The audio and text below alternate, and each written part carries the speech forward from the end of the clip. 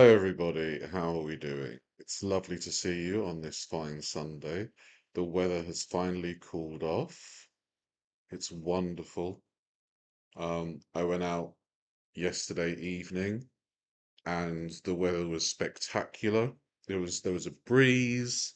It was like 23, 24 degrees Celsius. Oh, it was fucking beautiful. Anyway, welcome in Geeky, welcome in ZZ. Good to see you both. Hope you're doing very well. So yeah, it's nice, and I'm hoping that we finally get a bit more rain. We had some rain yesterday, very, very early morning, like 3, 4 a.m. I think. So hopefully that's a sign that the drought will be over, because it really is a shame how bad the grass looks. Like it's completely yellow everywhere in the UK at the moment. Well, not the UK, England primarily. Portable AC unit. The problem with that is that electricity in the UK is extremely expensive. Um, so AC units, like you have to use a lot of juice for that, and unfortunately, with the way that because gas and electricity are privately run at the moment, so it's a real big issue. Then it rained for 3 days straight, mushrooms everywhere. What I'm hoping is that we get like just increases slightly of downpours, because obviously when it rains really hard straight away, the ground is really hard too, which means that we're more susceptible to flash flooding. And I live on the banks of a river, so I don't want that. Welcome in North, good to see you. Hope you're well. 39, fucking hell. That's even hotter than it was here. Like it was 37 um Thursday. So it's like that's proper wham. But it's all out of the way now, and I'm hoping that we just kind of stay between 20 and 25 degrees for the rest of the month. And have a nice mild September.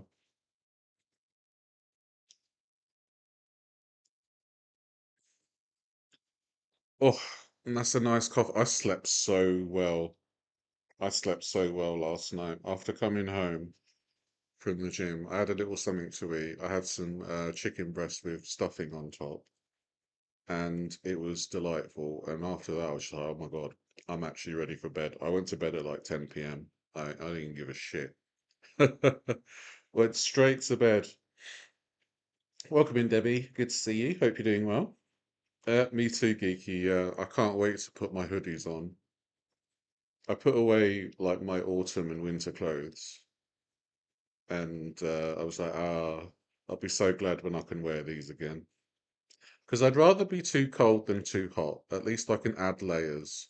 You can't take off your own skin at the end of the day. Well, you can, but it won't end well. So on that note, um, let's get started, shall we? Now, I'm not sure with this fella, Stu Unwin, whether to move him to Saturday. Good morning, Feminine. Good to see you. Hope you're doing well. It might be a good idea to move him to Saturday because he seems to talk a load of shit.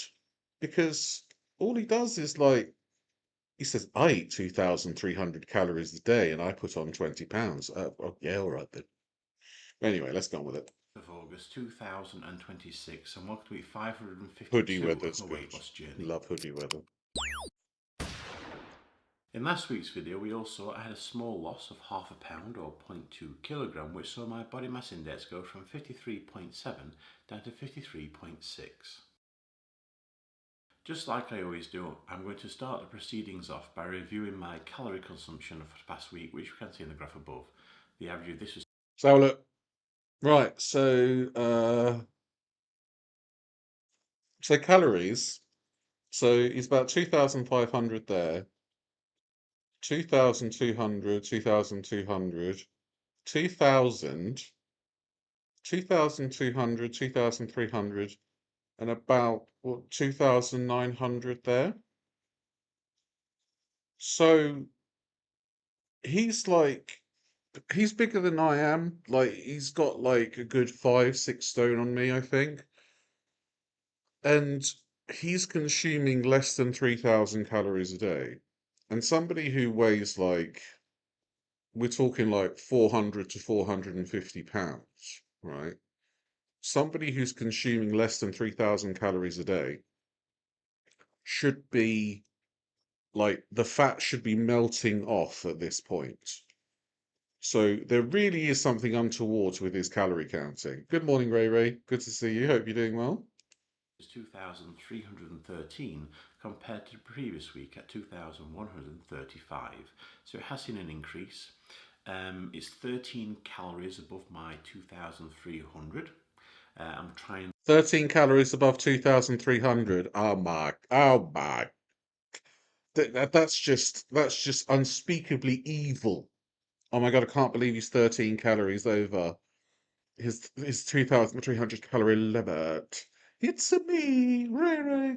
You count calories like Anne Boleyn? Yeah, I reckon. to achieve between 2,002 2,300 calories each week. I know my ultimate target is 2,500, so anything below that is obviously great. So I've achieved that, but Great. still, I was trying to aim between a specific amount, so just slightly over. My fluid consumption has seen an increase. It's now 3,357 millilitres as an average for the week. So it's above my minimum of 3,000. And Yeah, I actually want to see what he eats. Like this is literally the only thing he posts from week to week, right? So we don't get any other indication other than what he tells us from his weekly graphs and charts and things. I would love to see just a big old plate of what he eats, and I wonder like what the calories would be because we've talked about this. He does Slimming World as well, which considers pasta a free food, right? Which means that you can have as much pasta as you want and not have to worry about the calories. But as we know, like 100 grams of pasta has about 300 calories, right? Cooked pasta. So if you're gonna pile on the pastas, then you're gonna have to expect a lot of calories. Um, but with Slimming World, it's like, oh, don't eat tomate, eat tomate. You can have as much as you want. Put it on the plate. It doesn't work like that, I'm afraid. Welcome in, Bread. Good to see you. Hope you're well. Doesn't it work out better and isn't it more accurate when you weigh your food? I know some things you can measure by cups or whatever. Yeah, like you can you weigh your food raw. Like that's the best way to actually get accurate calorie scaling, right? Welcome in, Miss Connie. Good to see you. Pasta's free. Oh my God, I love it. Um, and again, we had this conversation, I think, last week, didn't we? That when you mash banana, it's considered one of the sins or swips or whatever they call it now. But just a regular old banana that you're holding in your hand is fine. it's not quite at my 3,500 milliliter average target for the week. So And he also says fluid consumption. So I'm wondering how much water goes into this fluid consumption. Slimming World gambles on people not being able to eat much cooked pasta. Aha. Well, they underestimate people like Stu here. People like me. Oh, I used to have my pasta. I fucking love pasta. But that's one of the things I can't really have as much. Like literally only have pasta when I'm not well because it reminds me of when I was a youngling. Um, I don't know. If you over consume pasta, it's a bit dangerous. You know what I mean? It needs to be water, or else you have to count those calories. Yeah. He's saying fluid consumption, so I'm wondering, like, if he's fond of sodies. Um, because I mean, you can count tea and coffee as part of your water intake. It all goes towards it, and obviously you have to consider the water that you get from food too. goes towards your liquid consumption, but we're not going to be like that scrutinizing of what we drink. Yeah, pasta's up there with like the trigger foods, I would say, for a lot of people because it's such a like a delicious carb, I guess. Sins and free food are confusing, yeah. Rosie says Diet Coke doesn't count. Rosie says a lot of things. Again, I'm not too worried by this Yeah, one. pasta It's is actually a definite decent comfort result. food, yeah. How about my activity levels? Well, we all know I like to monitor My nan's spaghetti and meatballs. She used to make like a big bowl of spaghetti, pork mince meatballs, maybe mix in a bit of beef as well, breadcrumbs, herbs, all that kind of stuff. You pile a load of Parmesan cheese on top of the plate as well, because you gotta have some cheese. And that would make hot latte really, really happy if we had a lot of cheese. Um, and you're looking well in excess of 1,000 calories for that kind of bowl of pasta, you know? my step count for this. This can be seen in the graph above. The average of this was 6,754 compared to the previous week at 5,260. Slimming World can't rewrite the laws of thermodynamics. It cannot. So we've got his step count here. Why can't I zoom in? There we go. So he had 2,200 steps, 6,600 steps, 5,500 steps. He went well over 10,000 steps here, which is fantastic. I mean, anything above like 4,000 for him, considering he's on a weight loss journey. Did me and my nan speak Italian to each other? We did, yeah. I actually spoke Italian at home before I could speak English. Um, 7,000 steps. So he's getting a lot of steps in. A Slimming World does need a way to retain customers, that's right. And it's mugs like him that have been going for 552 weeks. So what's 6 times 552? Any mathematicians in the audience? So this has seen an increase, an average of about 1,500. So I'm pretty happy with this, and hopefully I can see another increase next week as well. Right. It's that time of the week where we all get to see my latest weighing results. So here it is, guys. Here's my weighing.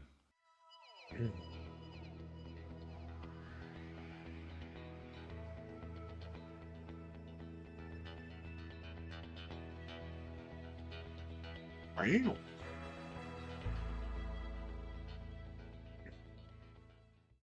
I weigh 183.3 kilograms, which is 404 pounds or 28 stone 12 pounds.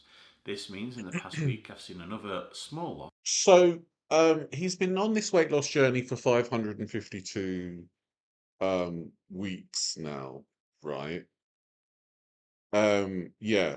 So he spent over £3,000 on going to Slimming World to get weighed because he's not been adhering to this. If he's on a calorie count thing, you don't count calories on Slimming World. You just eat the free food and hope for the best. So he's combining a calorie deficit with a Slimming World plan, which is not good. What's the point of him going to Slimming World if he's just going to count calories anyway? He could have saved himself over £3,000 by not actually going to Slimming World. He weighs himself at home as well, so he's got a scale to weigh himself at home. All he's doing is going to Slimming World and weighing in. Does he even stay for the 1 hour meeting afterwards? I'd be interested to know that as well, because you go for a meeting, so you pay the £6 and you go for a meeting or whatever. Um, does he just weigh in and go? And that's what he pays £6 for? Like, what are we doing here? You need more coffee for math calculations. That's fair. I've had two already. So yeah, if you're spending £3,000, £3,000 would go some way to a lot of different things that would focus on your health and fitness. It's not even about points, Debbie. Like that's more of a Weight Watchers thing. On Slimming World, literally, it gives you a list of food you can have as much as you want of, and there's even things like sausages, bacon, um, really like fatty processed foods, that are great in moderation, But if you're on Slimming World, it makes you think that you can have 5 sausages and 10 rashers of bacon for breakfast, and that's like 1,500 calories potentially gone for the day. And if you're a small woman, then you might only have 500 calories left for the day, but you don't realize it because you've had a free food. So, yeah. loss of half a pound or 0.2 Also, do Italians eat milk puddings, macaroni baked with milk and sugar? I personally have never had it. Like the things we used to have, like just little cakes and biscuits, biscotti, zabaglione, was quite popular when I was a kid with the Italian mums. I thought it was okay. So we'd have it would be like in a martini glass, and that's how they served it anyway. Zabaglione, and you'd have an amaretto biscuit, and you dip that in, and yeah, it was quite nice. kilogram. We have compared this result to the result that I obtained at Slimming World. You can see this right here. At Slimming World this week, So he was potentially in a 1,500 calorie deficit, and he only lost half a pound for the week. What is going on? Like he should be losing between 3 and 5 pounds a week with the calorie deficit that he's on. And he still weighs in at Slimming World as well. It's pretty mad. Like this is like a this one video snapshot of the week is like the definition of insanity because he's expecting massive results, but he literally does the same thing over and over and over again. I also saw a loss of half a pound or 0.2 kilogram. Based on this week's small loss, it sees my body mass index Has a bit of wine. No, I don't think so. Because Zabayon is raw egg yolk, so I don't think it would take very well. Like I can't remember. I don't think so. I mean, it's been a very long time since I've even interacted with the Zabayone. Um, what do Italians call? Oh, zuppa inglese, a custard. go from 53.6 down to 53.5. And if we look at my third weight loss target, last week it was minus 4.7% complete, and after the loss it goes up to minus 4% complete. So in the 552 weeks that I've been doing this weight loss journey, I've lost a total of 130 So let's have a look at this graph journey. I've here. lost a total So this is week one, and this is week 100. This is week 552. So he's done like he's lost over 100 pounds, right? Um, but there's a real like when we get to well, actually, like when we get to like after week 240, so there's been at least he's been gaining for 210 weeks. Okay. Surely after like 10 weeks, you'd realize something was wrong and you would change things up, or you would say, Slimming World's probably not working out for me. But instead, he's decided to go all the way up and just kind of peter along for 150 weeks.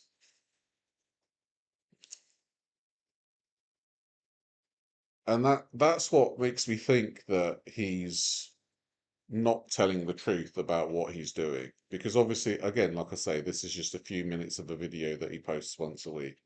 So all we've got to go on is the graphs that he shows.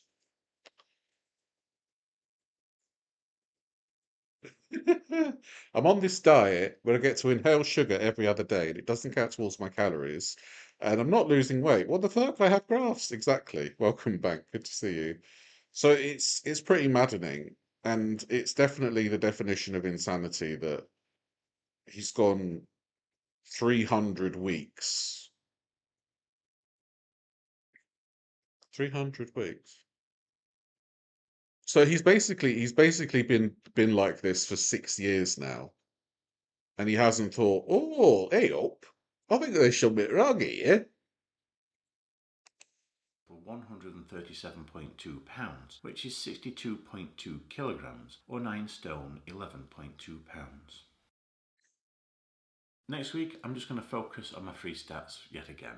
My calorie consumption would be nice to see that slightly reduced, Yeah. and my activity levels would like to see that slightly increased, Oh, and yeah. of course the same with my fluid consumption as well. Obviously. So if Yeah. I can achieve all three, I'm Yeah, hope if you achieve all three, you might lose another ounce. Wow, that's amazing.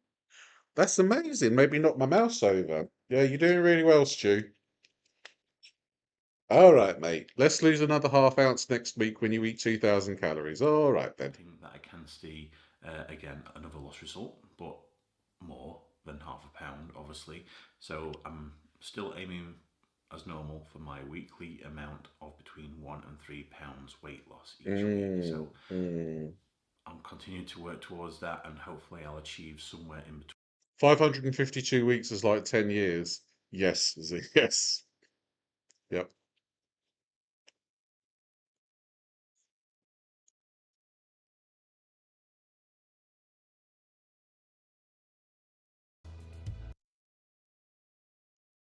10 years ago was this week zero, ground zero was 10 years ago. And granted, he has lost a substantial amount of weight, but he's lost 100 pounds over 10 years. So, do I believe this guy? No, I do not. I don't. There's something wrong. He's clearly been doing something wrong for 6 years, right? If you've been doing something wrong for 6 years, you would probably realize like about 2 months in, or even less time than that. But he's put on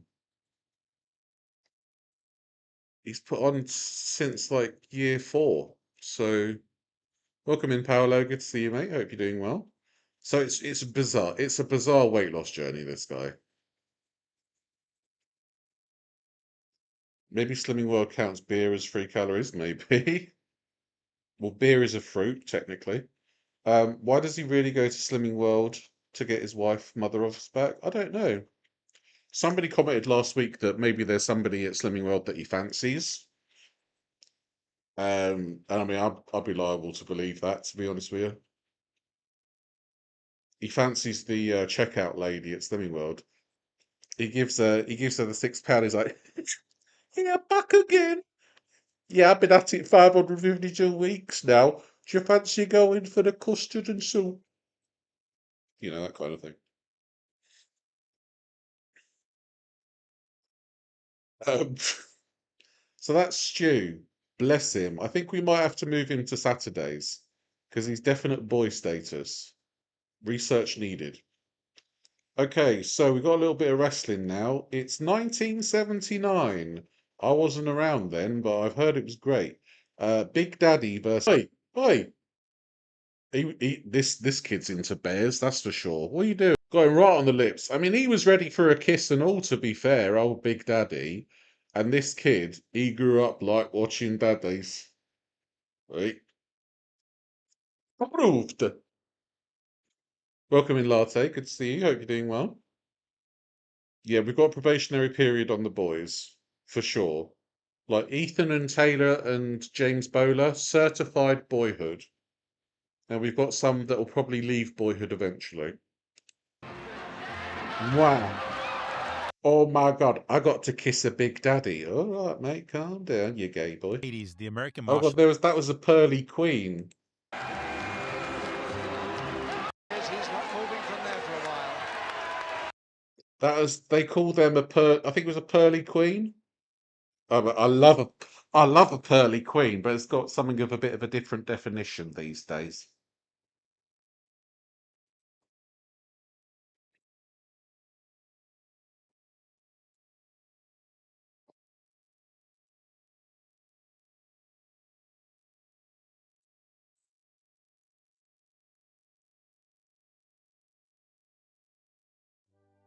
Pearly Queen, I'm Doreen. Doreen, I'm Pearly Queen of Old Kent Road.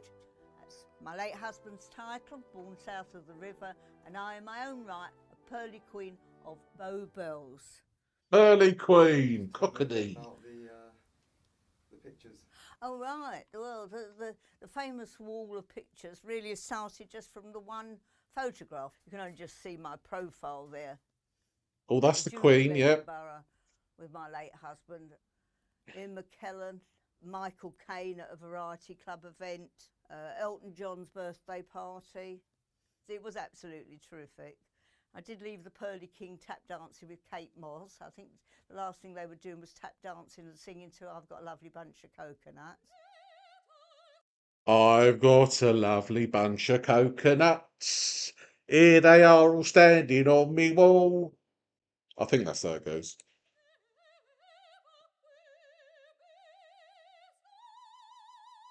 Right, so that's this morning, isn't it? This morning, the programme. Right, yeah. Oh, invited in the we don't mention Philip Schofield. We don't mention him. morning. Persona non grata. They were interviewing a gentleman who all his life had been allergic to buttons. So they had a psychiatrist talk to this man for half an hour and he was miraculously Perplexed. cured. He seemed... Good morning, Hurls. We're watching Pearly Queens. Hope you're doing well. I don't know if there's an American equivalent of somebody from a certain area dressing up. to be fine. In fact, the first thing he wanted to do was wear the Pearly King's hat. Hello. Yes, Chris. I've got a young man here taking some photos. So he's going to come with us to Cheshire Street. Afternoon, and Wendy. Good to see you. photograph Hope us you're all. well. And if he behaves himself, he can have a salt beef bacon. All right, see you 10:30. Yeah, bye. Bye. See you later. Hello. Yeah. Oh, London. And actually, there was no traffic today.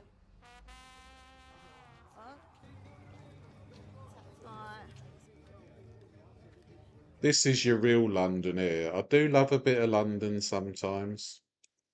Ladies and gentlemen, Hello. over there has come with me today, Clive.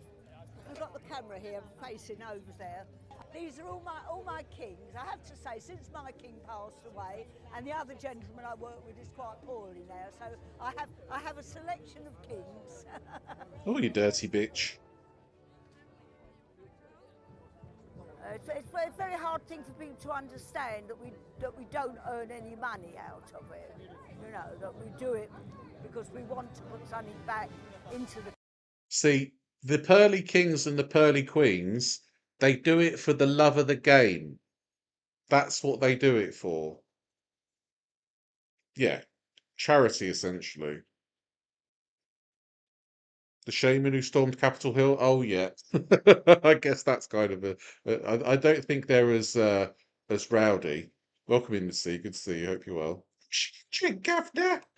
community. And it is nice to get, put your buttons on, as we say. Got an Welcome in, hour work Pulpy's Wig. Good to uniform, see you. Hope you're well. go out, Say it, son, girl, we don't mind. and know that we are the original Cockney Londoners. So always Cockney. This is my to see our autumn friends fit. as Oh yeah. well. See, I can't really wear it. I'm not a Cockney. I'm not a Cockney. I was raised like I'd be probably more apt to wear Queen Boadicea's outfit. Doing a good job at the same Boudica. time. Click the videos to watch more Londoners and don't forget to subscribe. Maybe it's because I'm a Londoner that I love London town. Rabbit, rabbit, rabbit, rabbit. Oink, oink, oink, oink. How do you wash those outfits? I imagine on a low wash, delicates. You put them in with your underpants. Play some ska music and they get rowdy. Lovely. I mean, it's more like you're done too much too young. Is it like the specials, something like that? So, what Sunday wouldn't be complete without the main weight loss man, Salvatore Sal Reedus? Do you think he's related to Norman Reedus? Probably not. But he tried playing basketball, and there's going to be an appearance from a celebrity. Now, hold on to your knickers, girls. Don't throw them just yet. But we're going to be watching this. Is driving. Gabe was with us, so he's gonna record what we do. We're gonna a whole little vlog situation. So- We're about 10 minutes away from where we need to be at. Actually, 13 minutes away. We want to get food, right? Yeah. Apparently, I don't feed people is the question. I don't know how. I was 700 pounds. Like, food is always in my mind, but whenever I film or work, I forget to eat. So we gotta get food. We have something to do at 2 o'clock. It's currently 12:36, so it needs to be kind of quick. We're gonna try to pick next to the restaurant, or next to where we're going. What do you want? I'm always down for Chipotle, probably Chick-fil-A, anything like that. We can find a nice, healthy options at both joints. Yeah, healthy Chipotle, healthy Chick-fil. Those are quick. Those are fine. We'll see. Like, if we can find something, I prefer to not do a chain if possible. Yeah. But if we have to do a chain, then we will do a Chipotle or something like that too. Yeah. Nick is also the financial advisor. Sal supports independent shops. I love that. Please support independent stores wherever you can, rather than going to, chains and that. Toots and the Maytals. Cockneys love Scar. I think a lot of people love Scar, to be fair. I used to love a bit of Scar back in the clubs. Of the trip. His job is to make sure I don't spend too much money. We'll see. I did confirm that we have access to what we need to accomplish for the whole team. I didn't know that when we left the house this morning at 9 a.m. I did find out probably an hour into the trip that it was all good. I had faith for sure, but these guys are all kind of shocked. They're like, what? And I was like, well, you gotta have we faith. just kind of winged it. This trip, by the way, came together last minute. Like, this trip came together yesterday. Got the text like around like 1 o'clock that this was a possibility. Text everyone. Everyone had plans. They're like, wait, this is actually worth canceling for. Let's try to do it. Let's try to make it happen. And so now we're all here hanging out, chilling with the boys. Hopefully it's a fun time. And let's get to it. Why do you keep looking back as if you're driving? I don't know. Habit. So now we're at Dick's. Going, gone. I need some shoes. I brought. Oh my God, we're at Dick's. First we got Willie's, and now we got Dick's. Just running shoes for this, but we're trying to hoop, and so we need some hoop shoes. We had some time to kill. We're gonna go here, and then we're gonna go to lunch afterwards. This is like Dick's like clearance version of clearance stuff. So if we find anything else, vibes only. I find a bathroom. That's the most important part about this whole situation. We've all been in the car for way too long. Dude, we could find some good stuff in here. You think they have 4XL? Got to. That'd be sick. Footwear is crazy in here. You wanna go first? Yeah. You might still be too big for the seatbelt, ZZ. That's a possibility. I don't know if it's like in the UK. You need a license to not wear a seatbelt for some people. There are certain instances, like if you're a taxi driver with a passenger in the car, you don't need to wear a seatbelt. But obviously, in general, you do need to wear one. But you can be too fat for a seatbelt. But you need to tell the council that you're too fat. Try and spend, under a bag. Like, 11.5 should be right here. 32 bucks. Oh, mess around and give me some new hoop shoes. Hold on. You never know. What? 32 bucks for a new pair of Asia Wilson hoop shoes. Let's get you some shoes first, and then we can come back. Or and, these ones too. Look at everything Hoop else. shoes. The New Balance ones. Also pretty light. All right, let's go find 13s. Yeah. Let's go find Sal some shoes. Men 13. I don't know if these are hoop shoes. These are those training shoes that everyone's wearing. Remember? I heard these ones are pretty good. Yeah. Let's try. What else you want to try on? Some Giannis's? I'll bring some stuff over to you. All right. Ooh, these ones are tight. What a nice color. Let me loosen them up a little bit. I think the Giannis is probably going to be maybe a little bit wider. Are they? Maybe. An I don't know. extender. Got a lot to pick from here, Sal. They say 13, but these ones are tight. A couple different Giannis's for you. Pass on those. So I mean, like they can say they're 13, but there are some 11s that I wear that they would be still too tight because my feet are quite wide. Those are KD's. Giannis. Any help? Nick. What? Come help this young Yeah. fella out. Oh, these ones are better. Those- These ones feel a little bit. You got to get different Oh, socks. okay, You can't go right, ankle thank cut you. socks. We're here to buy some socks. Hooping in ankle socks is crazy work. Don't even look at. I got the recovery shoes on before we play. You gotta. Oh, before we play recovery Before we play. These almost look like running shoes. Oh, they're the LeBron trainers. That's why. Oh yeah. Watch out, everybody! Ray's fermenting. So they're not even basketball shoes. We're trying to hoop, buddy. We're trying to get the hoops. I know. Now Giannis should have made a shoe for the big guy. Oh, these ones feel good too, though. These ones are. Those ones went on easier They than the look nice. KD's, didn't they? Yeah. I think the other Giannis's were better. I think we're gonna put these ones back. Although I like them a lot, but they're a little too tight, a little too narrow. 40 bucks. Those are the Asians? Yeah. One of them. There's a couple different colorways. Buddy, I'm looking at them right now. My foot ain't gonna foot. These ain't no way. I love Asia to death. That shoe was narrow. At least he can get Is up. that smooth? 3-ball. What are those? Donovan Mitchell's. Donovan Mitchell's? With the zipper on the I don't know front. if the You don't zipper- even need to tie them. Hey, those fit pretty easily. I mean, you are going to be playing on the Cavs court here in a few, so you know. These ones feel really good, actually. How much are these ones? Donovan's are 42 and the Giannis's are 92. Oh, that's a big difference. Yeah, these are the ones. Are they? Yeah. That's These fair, ones feel Ray. Coming off the screen. Off the screen, baby. Turn off that screen. I think Sal's always been like, I won't say athletic, but he's always had like a lot of movement, a lot of mobility. Even when he was like 700 pounds, he was still able to walk a bit. So, yeah, I think like he's always had that frame underneath. He just needs to release it and set it free. Because like when you lose a couple hundred more pounds, he's going to be an absolute beast. Plus these? Yeah. These are Dude, tough. those are comfortable. You'll like those These just are to wear. tough. These Just to are- wear around. Yeah, he really You'll is. like those. Let me see those. On clouds, big pickleball guy. Bro's lucky I'm shooting right now. I'm like, He's damn, very I'm gonna limber, go. yeah. No, yeah, for sure. Go look. I don't like these ones. You like these ones? These are good. You like them? Yeah. Are you gonna go with these though? Yeah, those ones Oh, for yeah. sure. A Doucette video without ads, that's unheard of. Is he feeling all right? Should I go with both? Hey, it's your money, not ours. Money is whatever. Money's whatever is crazy. Not the spazikes. This is not really. These aren't really my bag. I wish they were. We gotta get you a numbered Jordan. How about that? 114. For 114, probably not. But these maybe for I 77. don't like the 6,000s, colour. Those are a good choice. Nick knows Comfy. every shoe off rip. If you really want, get some Vomero 5s right here. Buddy, these are comfortable. Yeah.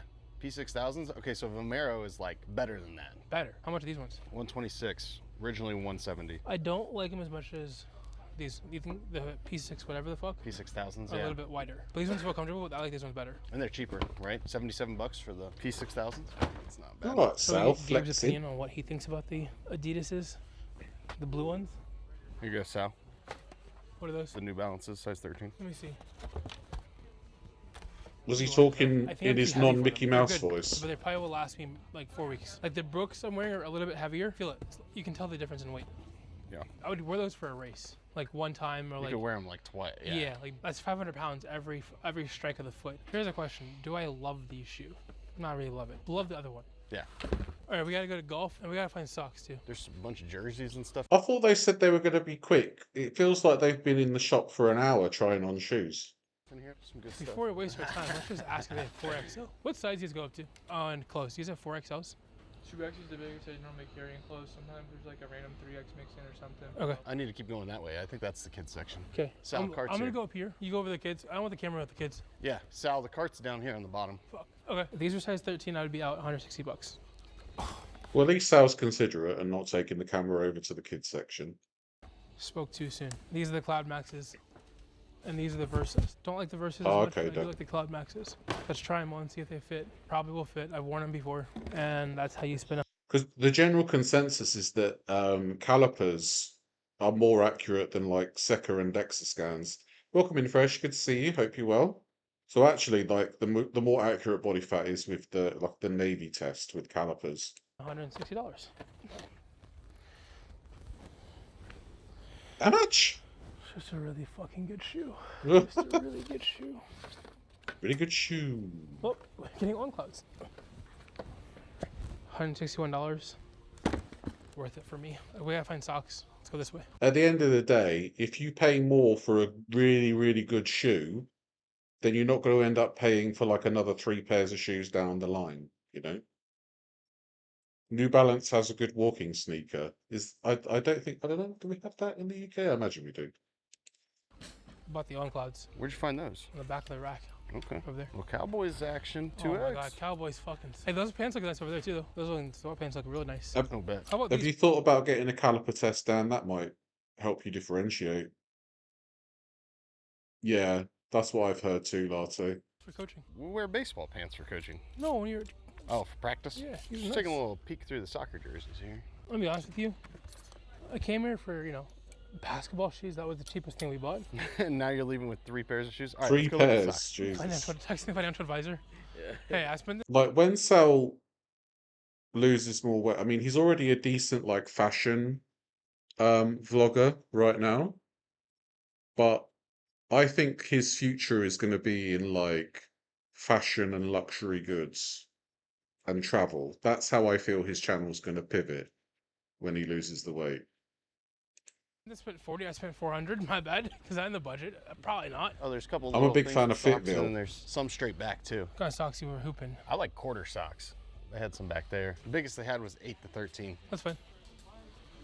Socks from DSG. Let's go get food.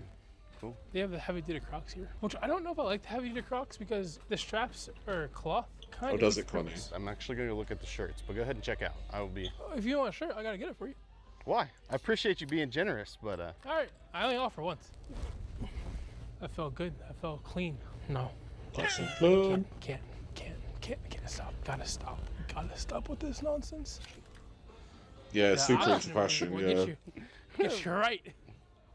Like, I guess he could do plus size fashion weight loss, but plus size fashion. But definitely I can see like luxury goods, like him doing a lot of like watch videos and bag videos and stuff like that. I could just see him going like to Switzerland and having a look at Swiss watches and shit. Be really good. I don't condone that. These C-bums are Styling so the good. boys. Cold. Mm. I just can't see myself drinking 90 calories with a drink. 5 max. These are interesting flavors. Sal, you're good. Couldn't find anything. Okay. Have you had these C-bum ones? These C-bum drinks? They're calling it an energy drink. It's 112 grams of caffeine. I don't drink energy drinks at all. Just coffee guy. I had one and I was shocked. I had the Coca-Cola. Game changer. Really? I'll get one for the road, I guess. I've been convinced. Get a C-bum drink. Get one for the... You want anything or you're just going to check out? I'm good. Oh, we found a couple of deals. Too many shoes. I was going to buy the whole store, but I decided Sally to for the just get boys. Just 4. If there's an A, a capital A in the bottom left-hand corner, Okay. that means you can take an addition. It could be like Sal Styles ... and then some schmuck, you know. Sal Styles, Taylor Sowers. And Taylor Sowers be like, I don't know about this. I'd prefer to wear the top red pearl. No, I don't see any price tag on that thing. Oh, right here. So that means an additional Sal eye for the big guy. 25% off Sal's all eye for the big guy. Oh, Yeah, hey, yeah. That's a game changer. Yeah, exactly. I might have to go back and look. This says an A. But then maybe somebody like, well, I don't want everybody thinking I'm gay now. Oh, we're running good. Oh, hey, appreciate you. Appreciate you. We got more money to spend, boys. We gotta take a lap. Was it just the shoes or everything? Everything. Now, if they get me to spend one more dollar, that'd be impressive. They might get me to spend one more dollar. What shoes were you on the fence about? No A. Can't Yeah, I definitely need like the non-traditional shoe, like something that's like much more comfortable than your regular shoe. That's why I go for Fitville, because they've got a nice, thick, comfortable sole. Like my own sole. Thick and comfortable. Can't buy them. Hey, what does B mean? I think it's like the certain day, isn't it? Like, Fuck, we're trying to get to you. We've stopped 18 times to shop more. But I really want to check out, I promise. My USB-C cord is actually broken. Which one is better? I asked for help. This one's up to 60 watts. This one doesn't have a number, so we're gonna go with that one. Sal, I hope this video does well because you're spending a lot of money here. Spray. I mean, if we keep shopping this list, I'll buy more shit. Hey, shout out Bearbell. Bearbell is in every store, just doing its thing. Business expense. Fitville, like a town. Oh my God, I live in Fitville, Louisiana. Yeah, like Fayetteville, but fit. You like a bit of girth on the sole? Yeah, so do I. Or My sole's quite girthy. probably personal. Hey, financial advisor. Business expense or personal? I don't think you can pull this off the business expense. I would call my accountant, but they'd probably just laugh at me. All right, we gotta run to the car. We're gonna come back and get Gabe so we don't lose the camera. I live in Fitville. All right, so we're gonna Yelp food options, see what's close by. Nav, Fitville's like for like, they really help people with diabetes. They've got good shoes for people with diabetes and people that have like a wide foot. So I've gone down from 12 to 11 in shoe size, but obviously I still need a wide foot. I know exactly. You better believe it. Or we can do BB Bop. Can't go wrong with BB Bop. BB Bop it is. You know me? How you doing? How are you? This boy's famous. This boy. Order inside, then we'll come outside. Yeah, I get it done. So we got BB Bop. chicken, eggs, avocado, sesame ginger sauce for me, some kimchi, kale, romaine, and pickled onions. Yeah, I had white rice with potatoes, chicken, cucumbers, corn, carrots, eggs, light cheese, teriyaki sauce, and then some yum yum. I think my bowl was like, I think it was like 660, 670, 60 grams of protein. So on the go, not bad. Yeah. Oh, and then an Olipop. Love this. So we just had. Good morning, Ty. I hope you're doing well. Yeah, my workouts were fine this week. It was mostly walks this week. Managed to get to the gym twice. I went to the gym last night, actually, and I was saying that after the gym session, I came back home, slept like a baby. So I don't know whether actually, like, evening workouts might be better. I don't know, especially when it's like summer. Lunch. We're making good time. We were 30 minutes early to where we needed to be at. Unfortunately, on the way to lunch, our videographer, the smallest person in the group, his belt buckle just kapoots. No longer. So we're trying to find a store, maybe a City Trends, maybe Big Lots, to where he can get him a belt so he don't lose his britches. There's supposed to be a store right up here. Hopefully they have something, because we're literally like the worst thing you can do is be holding a camera and your trousers fall down, because you're going to be like, and you're going to be shaking all over the place. Ortho feet are similar. Always wait for coupons. Always exercise so good for sleep. It really is, Ty. Wide toes and skinny heel. Well, that's actually more of the how feet should splay naturally. So you've got more of like the natural, non-shoe abiding foot. in the middle of nowhere. yeah. They said we're going full court today. We'll see how that goes. We haven't played full court in a few months. Yeah, it feels a little bit different than I thought NBA basketball would feel like. Sal, Have you been mate, is there like anything Sal can't do? Hitting 3-pointers like it's nothing. winning all the runs? Hey, you gotta ask him. You gotta ask him. Who's been winning most of the runs? Like, you've been stacking your team, or you've been? Of course. Yes. Nah, that's what I'm talking about. Never. That's our pure. It's just even. Bro, I'm 36 and I'm a baseball player. Watch this motherfucker today. He's gonna get made. Oh my God, it's only bloody Jelly Rolls. I think his full name's Gellissimus Reliticus. It's a Roman name. What's up, Sal? I don't know if y'all heard it. That night. In New York City? Bro, I'm still shaking it off. It's only Jelly Rolls. Sal came from all the Sal. My bad, bro. That's what I'm talking about. Come on, everyone. Whee! Oh, yeah, we got that. Yeah, Sal's a very confident individual, for sure.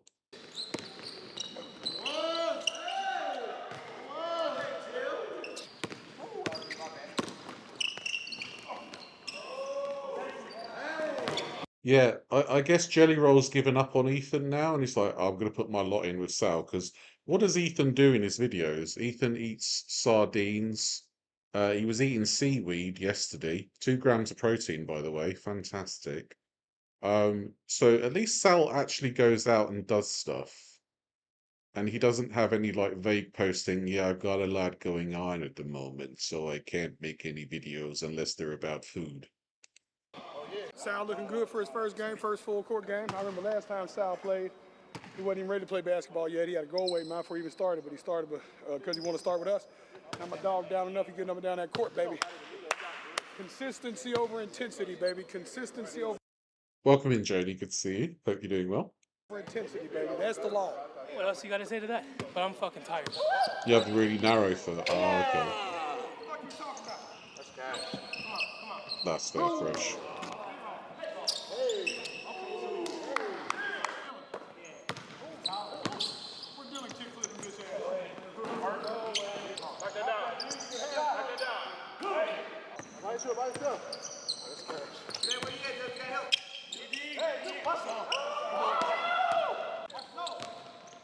Like, it's weird to say now, but I used to have flat feet, but that's because my feet were so fat that the fat was just accumulating on my sole.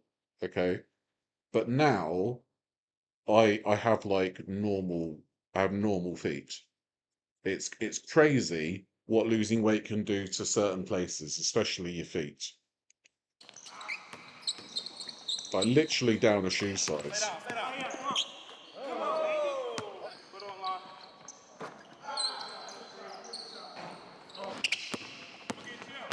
Oh my god, look at Jelly Rolls go. Okay. Whee.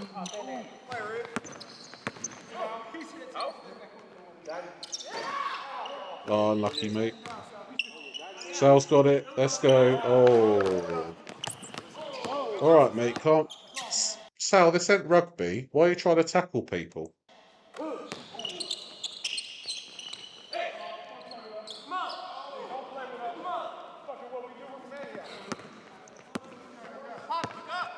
Sports ball.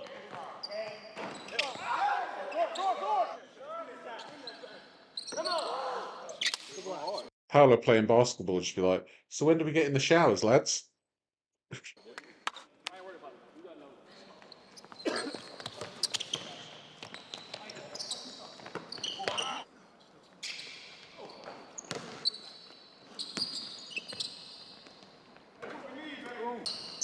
Yeah, it's incredible what becomes different when you lose a substantial amount of weight. Um, like you definitely feel it like in your underwear and in like your shoes and stuff like that. I have a friend that was not too fat, but he lost 40 pounds and went down 3 shoe sizes. He now wears a 7. He was holding it all in his feet. Yeah, it's amazing where you can hold it all. Like at the moment, I hold it all in my belly. Like my belly is my biggest issue at the moment. Um, but yeah, it was really weird when I started feeling like my shoes were like lolloping about in the size 12s. And I feel like I could like more with more weight loss, I could probably go down to a size 10. Not even fooling. I'm going to try and play basketball with my border Aussie today. She's been watching Air Bud every day. So cute. No. Someone told Foodie to wear her undies backwards so they would fit better. Huh? No, right. Basketball is better. Yeah, true.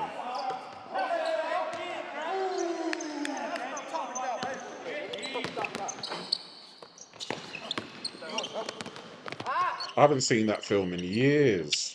Old basketball. How tall am I? I'm 6'1", 6'2". 6'4" with the hair. Oh, Sal, that was close. Big shoes, big feet, yeah.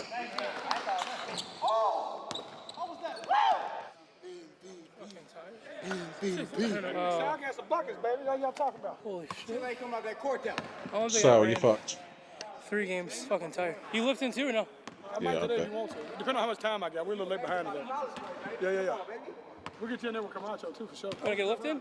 Do whatever you want to do, brother. I thought you've been pulling a bow. It's nice, yeah, it's lovely to see this kind of content with Sal, because like a lot of the weight loss influencers are really just like short form, Instagram consumable, bite-sized content. Whereas you know, at least Sal's going forward with like proper vlogs, and I love that. I love to watch them. Oh yeah, you got to count the hair. I'm a tall drink of water. It's like meditation. Yeah. I didn't realize how like meditative it was going to be for me to just get behind there every day, because it's almost like golf. Like when you're standing over that ball, all it. There's a dance school nearby. I keep flirting with joining. Do you know what, Dan? The best thing you can do is just say, "Fuck it, I'm doing it." That's all you got to do. You look at it and you're like, "Do you know what? Fuck it, I'm gonna do it." Because that's the only way you're going to get through life is if you find something that is uncomfortable for you, but it's going to be really good for you in the long run. The best thing you can say to yourself is, "Do you know what? Fuck it, I'm going to do it. Fuck it. That's it. Let's go." You have to be uncomfortable, and you never know. Your dance partner might be, you know, a bit like, "Ooh, do you fancy going for a hot dog after this?" Matters is hitting that ball. When you pull that thing back and you got that thing in your scope, the world is quiet. Yeah. Thoughts are quiet. Sometimes baby steps isn't enough, Dan. Sometimes you do have to go head first. Some things, baby steps is absolutely fantastic. Yeah, don't worry about it. But there's other things. If there's something that you want to do, you need to go out there and grab it with both hands. Otherwise, baby steps will have you saying what if like 5 years down the line. So if you want to enroll in a dance school, enroll at a dance school. Just say, I'm doing it. I care. Wednesday at 6:30 p.m. Ra da da da da da da da da ra da da da. That's all you need to do. Like nothing matters but breathe. Could be the best hot Release. dog of your You know what I'm life. saying? It's like super meditative. Bro. Really, really This year? I haven't been this year. I went last year. Though last December camp took me out and got me my first deer with a bow. When I stood up on stage and sang last year, I was fully intending to go to the open mic night and just sitting there and listening to people have a go. I decided, do you know what? Fuck it. I'm gonna do it. And that's why I got on stage and performed those two songs, right? And if I'd have been like, baby steps, like baby steps for an open mic night would be inching closer towards the stage until you actually sat on there looking at the singer like, yeah, that's really good. That you need to just plop yourself there, and at the end of the day, there will be other people that are doing it their first time too. So you're not going to be alone in that respect. First time for everything. It's a big deal. I'm trying to go. I was supposed to go bear hunting with Cam earlier. So I think I'm going bear hunting. Yeah, are you bow hunting or gun hunting? Rifle. I never pulled a bow. You gotta pull it, man. Once you start bow hunting, you don't want to hunt any other way. Really? It's just, Cam Haynes said it best. A bow hunt begins where a rifle hunt would end. So like normally if you see the deer and you got a gun, you're like, shoot it, the deer's there. Yeah. When you got a bow and you see the deer, you're like, be quiet and let it get close. Okay. It's like the total opposite. It's like, and it makes the nerves so much bigger because when you first see the deer, you're just waiting on it to get broadside with the gun. Yeah. In the bow, you're sitting there having like really control your breathing and heart rate and like wait it out and just kind of hide in the cut and stalk it a little bit. Yeah. It's way more like a lion would stalk a prey, not like a fucking weirdo would stalk a girl. So we're clear. All right, Jay, just calm My whole down, mate. relationship with food changed after I went to that facility. You know, I still use your tidbit from your interview with him about when you go to the cupboard at night. Yeah, for sure. And you're like, why am I here? Why am I here? Who am I feeding right now? I've been overeating the last 3 or 4 days. And Because it's stress from the stuff. stress from the thing, and I was feeling myself stress eating. And then what else happened was the addict in me came out. We had this show at this one spot that I love their catering in New Hampshire. And they have a dairy-free skillet cookie. Yeah. I don't eat nothing like that. I'm like a drug addict. You can't eat that, because if I eat one, I'll eat two. I eat 4. Yeah. So later that That's the same with me and granola. Like, if there's a bag of granola, that's it. I'm done. That whole bag of granola's done. Get me a cold pint of milk and a bag of granola. That's me done. Like, you won't be stopping me. night I'm at the taco truck getting the peanut butter fluff. Next thing I know, we're at the rest stop. I'm looking for a chocolate bar. That fast went from, now I consume 2,000 extra calories today that I didn't even see coming. You know, if somebody wants to get face tattoos, I think that's entirely up to them. Just like he's a performer, so you know, it's not going to inhibit him from getting any work or anything like that. But I think that there is definitely a stigma around face tattoos and like the jobs that you can get. So as long as you're aware of the fallout effect of that, then you know, I wouldn't get one personally, but other people, you know, it's not. I don't really care. Yeah. And then that breeds the last 3 days of having to really, now I have to pay attention to it because it's like the taste of blood. Yeah, yeah. Like now it's going to take me a whole nother week to get that back completely out of my mouth. People don't get that. Like that's like the hardest thing to understand is that I can't have one burger. I gotta have 5. No, I can't have one anything. Yeah. You know what I mean? It's like, even like my problem is it could be healthy. Like if you put a big bowl of strawberries, if you put a bowl this big of strawberries in front of me. Yeah. And leave me alone. Yeah. I will eat the entire bowl of strawberries for sure. Like I've got to take. So Jelly Roll's like legit a food addict then. Even if he binges on strawberries, he does it on strawberries. So yeah, he's got to be careful with all the food he consumes.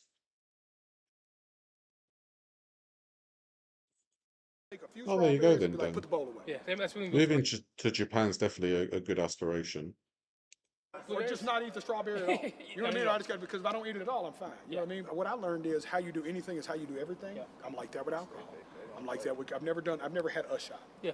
I've never done a line of cocaine. Yeah. I've never smoked a joint. Yeah. You know what I mean? Either we're smoking all day, we're drinking all night, we're doing coke. That's how it's working for me. So it's like once I realized that was my thing with food, now I just have things that are just like like that skillet cookie is like I just don't eat them. Yeah. People are like, oh, you can have one for a cheat meal. I was like, you can have one for a cheat meal. I can't. You know what I'm saying? Because it might be a 5-day food bender for me. You know what I mean? And it's never in public for me. It's like always going to be. It's always going to be. It came out in a lump. Oh, there you go. Good way to scare children. That's true. One in public for sure, but then in private I'm gonna stop at the gas station, pick up 3-4 cookies, some chips. I've always said you can tell. I can tell if somebody has a food addiction by their car. Yeah.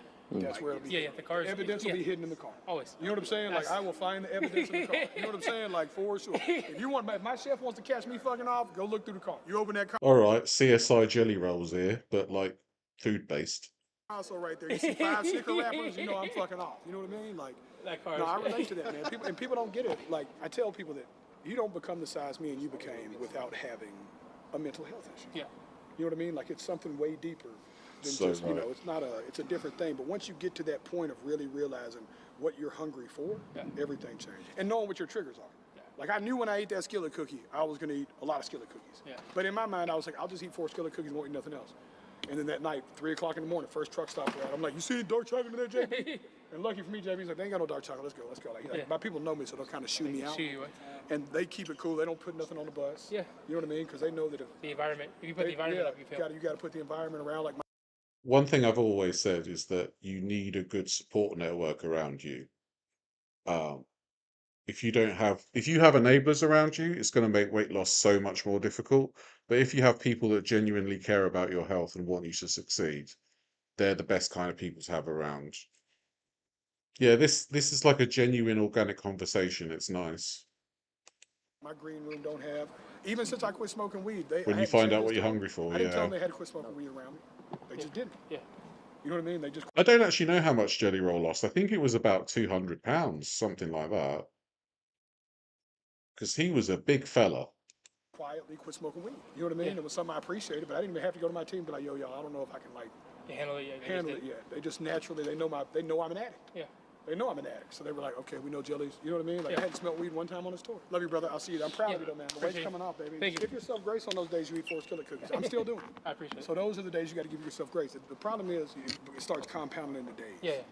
It's okay to have a bad meal. It's okay to have a bad day. It's not a good. You can't have 2 of them in a row. Yeah. Start making that rule. Like I don't have more than one. You know, I don't have two bad days. No, 2 bad days are fair. You know what I mean? Like that is so true. He's so right there. Like even if it's like 1 bad meal, you've still got 2 other meals the rest of the day that you can do well at. Little stuff like that started being degree turns for me. Yeah. You know what I mean? Like right now, I'm not going to tell myself I can't have another skillet cookie, but I'm not going to have one for another month. Yeah. For sure. Yeah. You know what I mean? Like it's just don't beat yourself up about it, and also don't punish yourself for it. Yeah. That's something else we do. Then we'll be like, I'm just going to fast all day tomorrow, and I'm going to work out 4 times instead. That never works neither. You know what I'm saying? Like you just got to like short. Like I teach people whenever we in music, you got to have a short memory. Yeah. You hit a bad note. Who cares? The next note already started. Yeah. You know what I mean? Like if I'm off, if I'm pitching for half a song, that's cool. I get the whole other half of the song to get back in. Yeah. You know what I mean? Like it's like short memory because if I keep thinking about how pitchy I was, I'll just stay pitchy. Yeah. You know what I mean? So just short memory with that shit, big dog. Appreciate it. Love you, man. I'm glad you came out, Sal. Thank you. All right, so we're walking to the stadium. We have to walk there, unfortunately. I'm cooked. Legs are dead, but hopefully this goes well. Wait, we gotta walk downhill, which means we gotta walk uphill to get an Uber back here. That sucks. All right, so we gotta walk around the stadium to the roll call. I'm already tired. Hoops got me. We'll see if we make it. Thank you. You'll be fine, Sal. Big ass stadium tour. All right, that's not very nice. 10, row 20, seat 13. Let's go. We're trying to get floor seats. We'll see. The opener is over. We've got Jelly Roll next, then post. Let's see if we can get there by 11:30. That'd be a miracle. Hello, Jelly Rolls. Rest in peace, Avicii, and everybody we lost to. Y'all all gonna be all right. Ain't that right, y'all? Tell me why.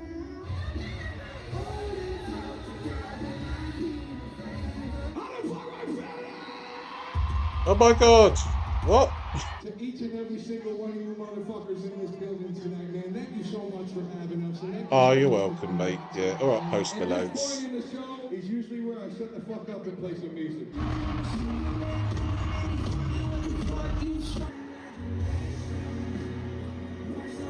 Why are you putting him in a box for?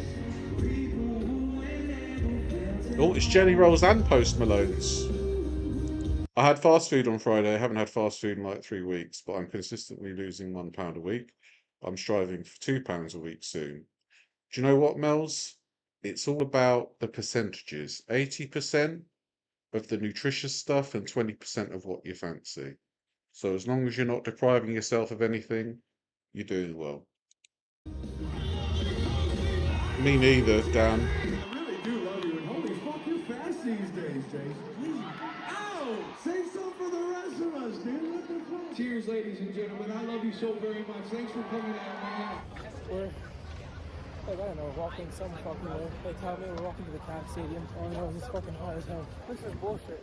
Oh, They told me I got to Sal's fly feeling basketball it to the now. concert. Nothing about walking a half mile or a full mile back after all this shit. I'm in the middle of the road in Cleveland, Ohio. In the middle of the road? This is ridiculous. Yeah, I think we're almost there though. Maybe. A lot of people walking right now. This is not my favorite time to exit the further back way, but I guess we have this way. All right, and that's a wrap. We're at Sheets. We're about 2 hours from home. We're gonna keep it quiet on the way home. So I appreciate y'all being here. This was a blast. My life is literally a movie, and it's not possible without you all and your support. Please like and subscribe, and we'll see you in the next one. Cheers. Thanks, Sal. Thank you so much. I'm strength training too, so I'm not too concerned about dropping too quickly. There you go. Building that muscle. Make sure you have your protein. If I'm honest, last night I had a housewarming, and because I had a little bit of alcohol, I needed something to soak it in. So I had a big arch from McDonald's. I couldn't eat all the bun, all the chips. I haven't had McDonald's burger for almost years, to be honest, but that's what was on offer. Sometimes it happens. Don't beat yourself up about it. Sometimes it's just one board gear, and you move on to the next day, and you get back on the bus, or you get back on the wagon, as they say. So make sure that you don't turn it into a long period where you're eating like that. Just, one and done, and we move on to the next meal. It's just how it has to be. Okay, so I've dipped in the suggestions, and we've got a few things here. This is Bratty Fat Activist is mad at the Cheesecake Factory. Oh, meow. One of the most fat-phobic brands to ever exist. And again, it's okay to have these types of options, but it's not okay to perpetuate and profit off of fat phobia. One of you better get that girl who's scared. As long as it's sustainable, fresh, that's fine. Scared of the word skinny, because if she gets my poppy seed dressing ripped off the shelf, we're gonna have a problem, okay?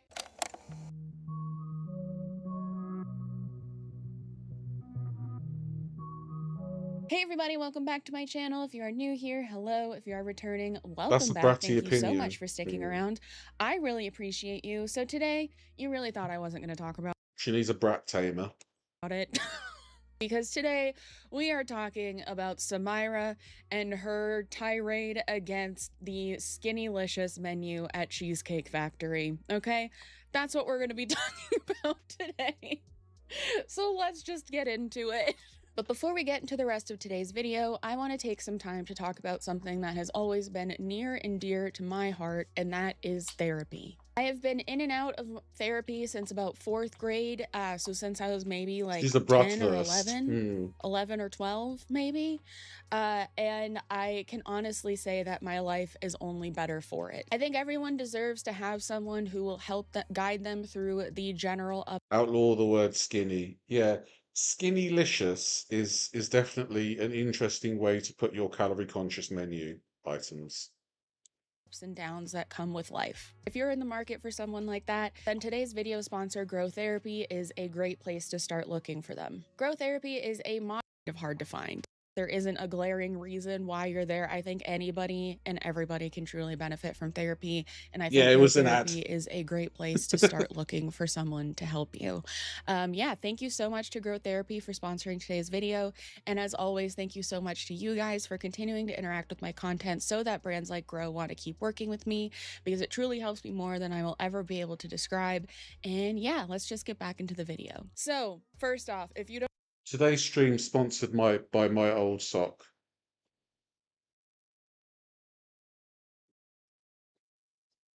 know who Samira is, she is a very prominent online fat activist.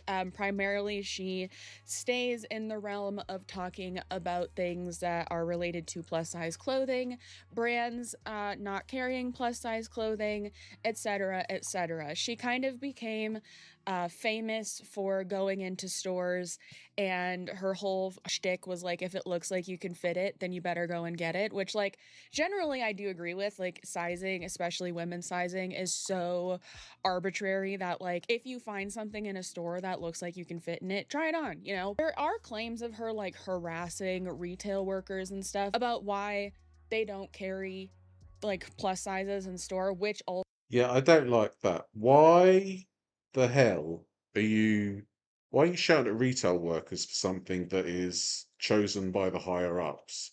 And then they say, oh, no, it's not your fault, but blah, blah, blah, blah, blah. And then they go on for another 20 minutes. No, I don't care that they don't run your size. I don't care that your taxi's late. It's not my problem / fault. Also, Samira's definition of a plus size is very different than what retail corporations probably think of as a plus size. She has said that, like, a 3X is not a plus size. I believe 3X people is a plus saw size, isn't her it? like going and like asking these retail workers, like, where are your plus sizes? Why don't you have plus sizes? Blah, blah, blah. As her like harassing them, which, like, depending on the way in which she asked, I can understand that. But the main issue that I have as a former retail worker, okay, like, I think people can ask questions. Some people ask really dumb questions. I remember once I worked at Kohl's and a woman came up to me. I go to a plant shop regularly that sells coffee, right? Great coffee, by the way. And he's really knowledgeable about plants. He's like nationally famous about like how to take care of plants and stuff like that. And somebody came into his shop while I was there sipping an iced latte, of course. And she was looking around at all the plants, and he's like a proper connoisseur of plants. And she asked the question, do you do fake plants?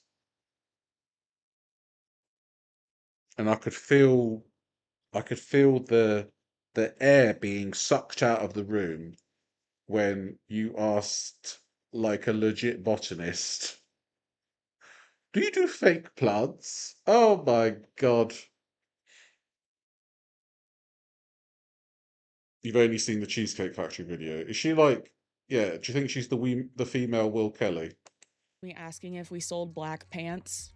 And I was like, yes, we do have black pants. Anyway, Samira, with the whole, if it looks like you can fit it, you better go and get it shtick, would go into fitting rooms and like force herself like into clothing to see if she can fit in it. Even if she can't, she'll continue trying to like force it on, which then I would assume sometimes like damaged the clothing or stretched it out or whatever, which then potentially leads to more work for the retail employees to damage that out. Whatever. I don't know if she paid for the items she damaged. I don't know, but like, she didn't show that, so I'm just. So she puts on items, and if they're too small, she just tries to like force them onto her, and she breaks them.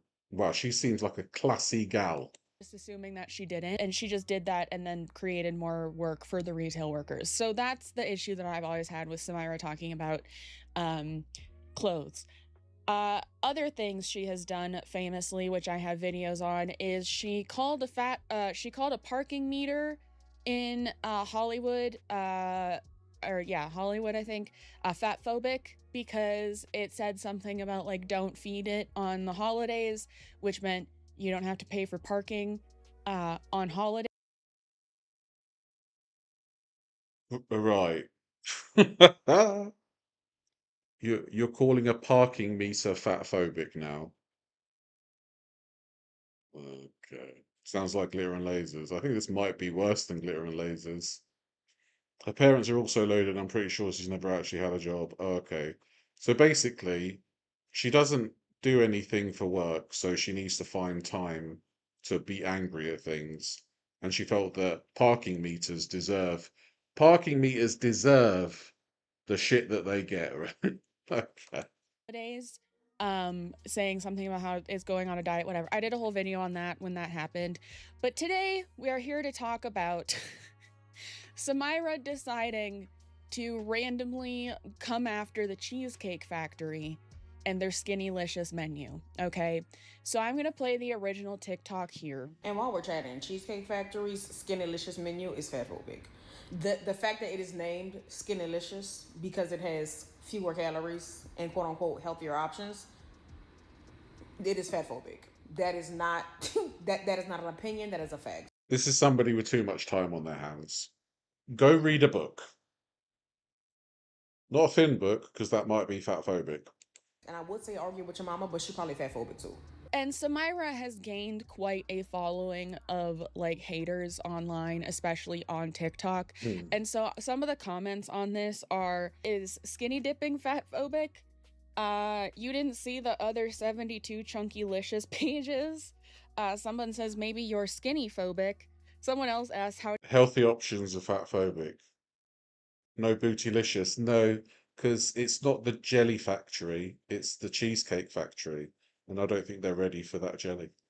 do you feel about skim milk? And so I'm just gonna let this play out, like how she continued to like defend her stance on this, and I'll give my thoughts on it at the end. Also, I got a new phone. I upgraded to the Z Fold 8. Right. And I love this thing. I had the Z Flip 7, which I also liked, but I felt like this size and the way it So Samira's just making a rod for her own back, really, isn't she? By just talking a load of bollocks every 5 minutes. the size that it is when it folds works better for how I use my phone.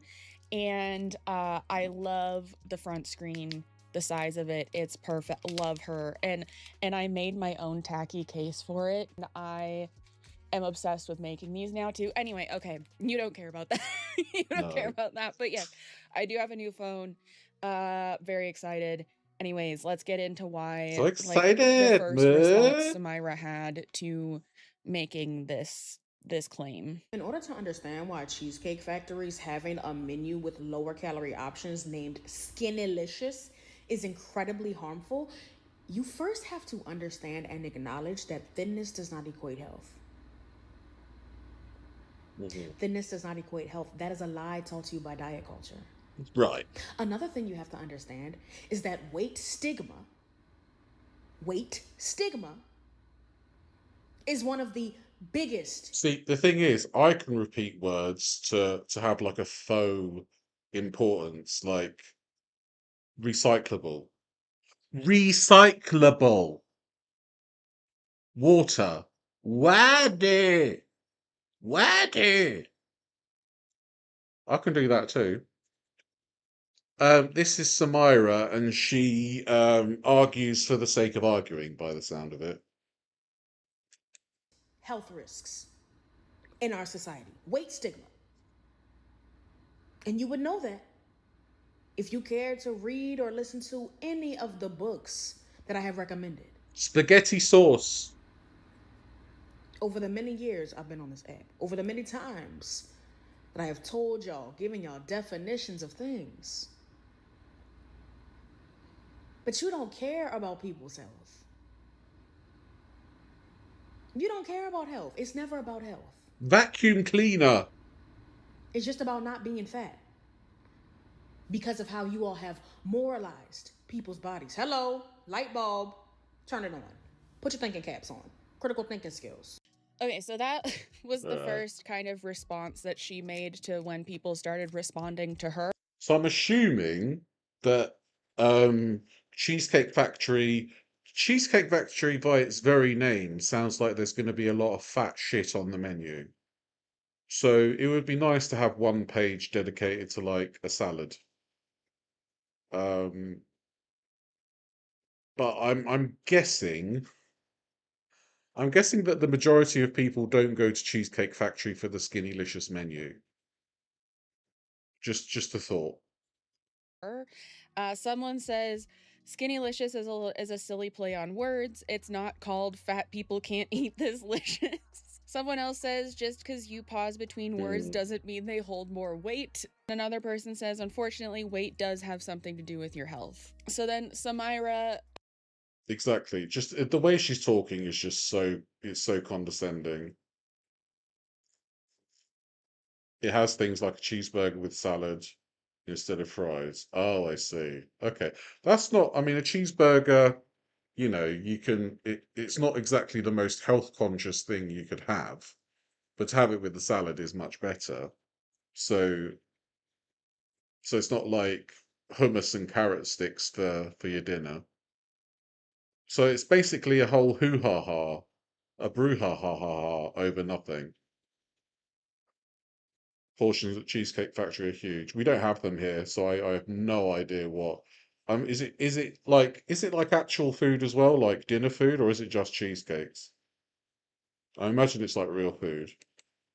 Responds again with this video. Let's look at Skinnylicious through a different lens. Oh. So let's say you want to get your hair done. You decide you're going to book an appointment at Ulta. And as you're scrolling through their services, you come across a section that says good hair. And all of the options in that section are to straighten your hair. And while they do offer natural hair services, they are not listed in the good hair category. Now, of course, many of you would take issue with this, not because they are offering the option to straighten your hair, but rather the assertion that only straight hair is good hair. And y'all would literally be up in arms if Ulta did something like that. We understand that hair Yeah, that's apples and oranges, mate. That's nothing to do with food. This whole argument is kind of spurious. discrimination is a very real thing rooted in very real racism. And yet, for some reason, a lot of y'all. The menu. Oh, there's a 10-page menu. Oh, I see. Okay, like I say, we don't have that here, so I don't know. I thought it was just like choose the cake.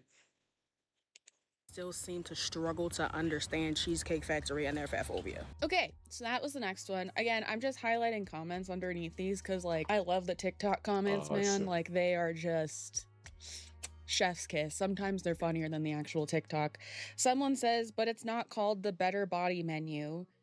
Someone else says this is a false dichotomy because you can't change your hair texture naturally, but you can change your weight. And someone says, OMG, she's still on this. So then Samira Proper projection, innit? decides to give us a history lesson on this whole Skinnylicious thing, I believe. 2012 is when Cheesecake Factory began conflating Skinnylicious with better. During New Year. Hold on, we're in 2026. We're in 2026. Have you been going on for 14 years about this? You're telling me they dropped the Skinnylicious menu in 2012, and we're still talking about this in 2026 like it's some new thing. I thought they just added this menu. Years of 2012. To promote their brand new Skinnylicious menu, Cheesecake Factory took to Twitter to host a competition where people could win prizes for sharing their Skinnylicious resolutions. They wanted people to share their ultimate dream for getting fit. They gifted this person a swimsuit for when she's swimsuit ready. They gifted this person workout DVDs. Of course, they also gifted Skinnylicious gift cards to this person so they could eat better. What's conflating? When you make two arguments similar to each other when they really aren't. When eating out.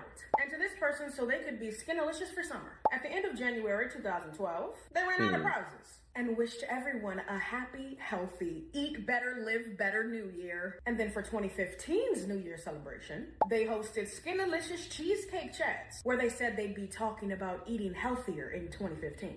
And these chats continued into summer where they wanted people. I mean, I can talk like this and just be like, cheese and weasels, flimmy flam raccoons.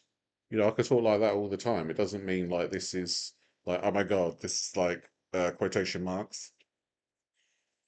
to worry about tan lines, not waistlines. So yes, the name Skinnylicious has always been about equating skinny to better. It's always been about creating guilt and shame around food and our bodies. It was always made to be fatphobic. Okay, so that was her next follow-up. I'm just going over this for now, and then I'm gonna give my thoughts, just so y'all could, who like maybe had seen some of this discourse happening and didn't know what the hell was going on.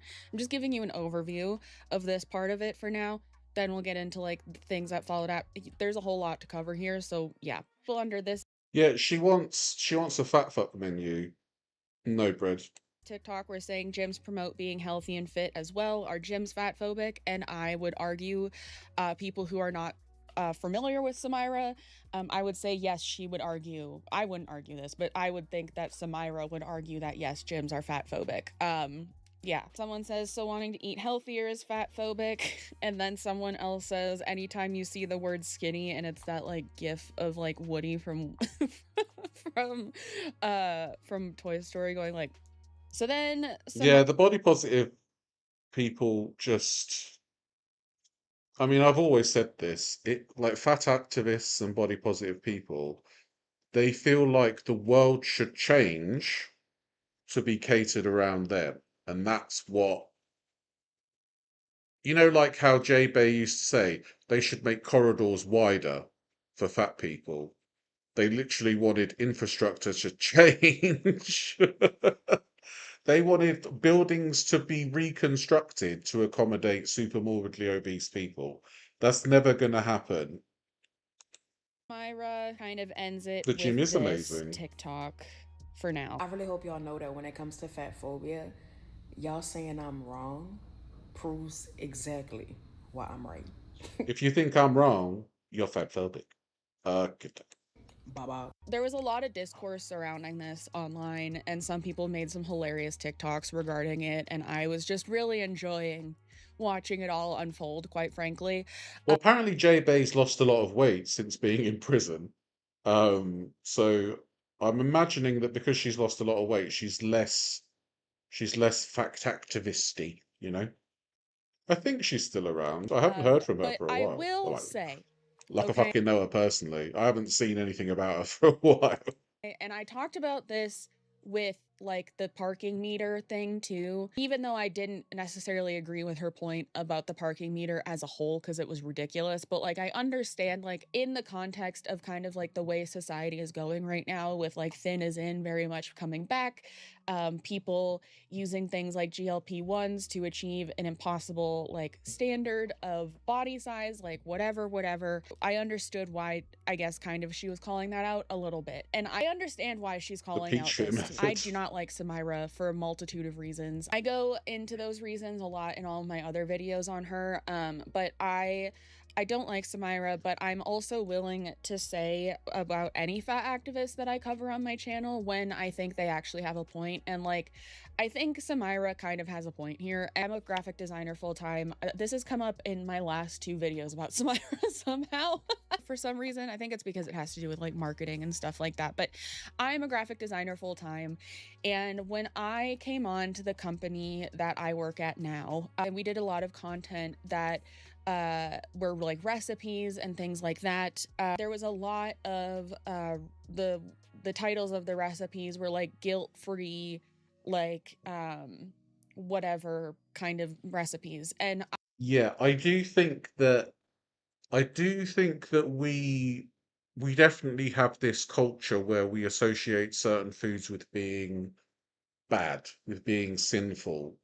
And I think we do need to get away from that. I mean, it does have a place sometimes, because having 12 donuts is quite bad for you, actually. But having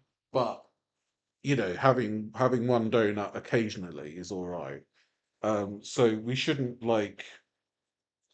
necessarily demonize food itself, but I think it's definitely okay to demonize the amount of food that somebody can have in one sitting. Like James Bowler eats 4 sticks of butter with frosting.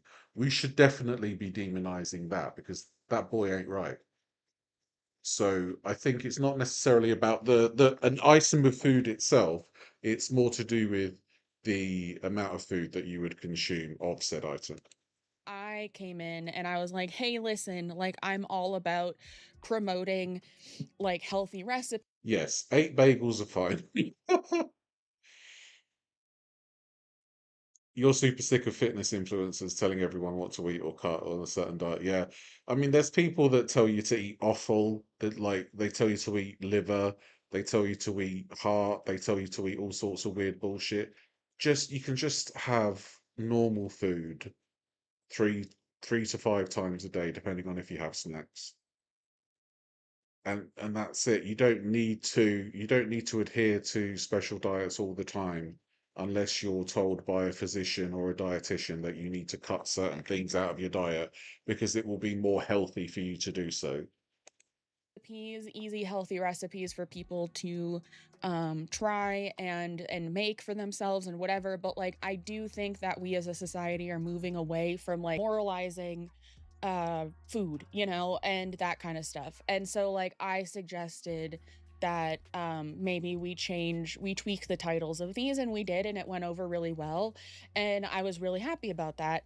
And I think the Skinnylicious thing is kind of just like is just kind of remnants of like 2010s, early 2000s ish like diet culture, and like actual diet. Liver King went batshit crazy eating raw offal. Yeah, I mean he doesn't look very well at all. And looking at him is probably a great advertisement for not eating organs.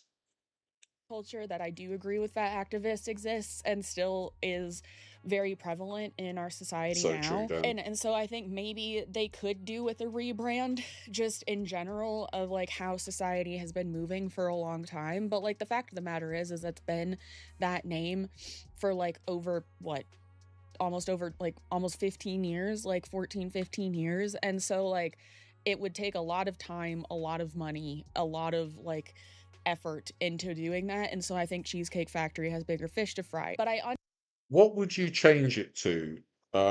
Instead of calling it Skinnylicious, I've got a cramp in my calf, sorry. What would you change Skinnylicious to?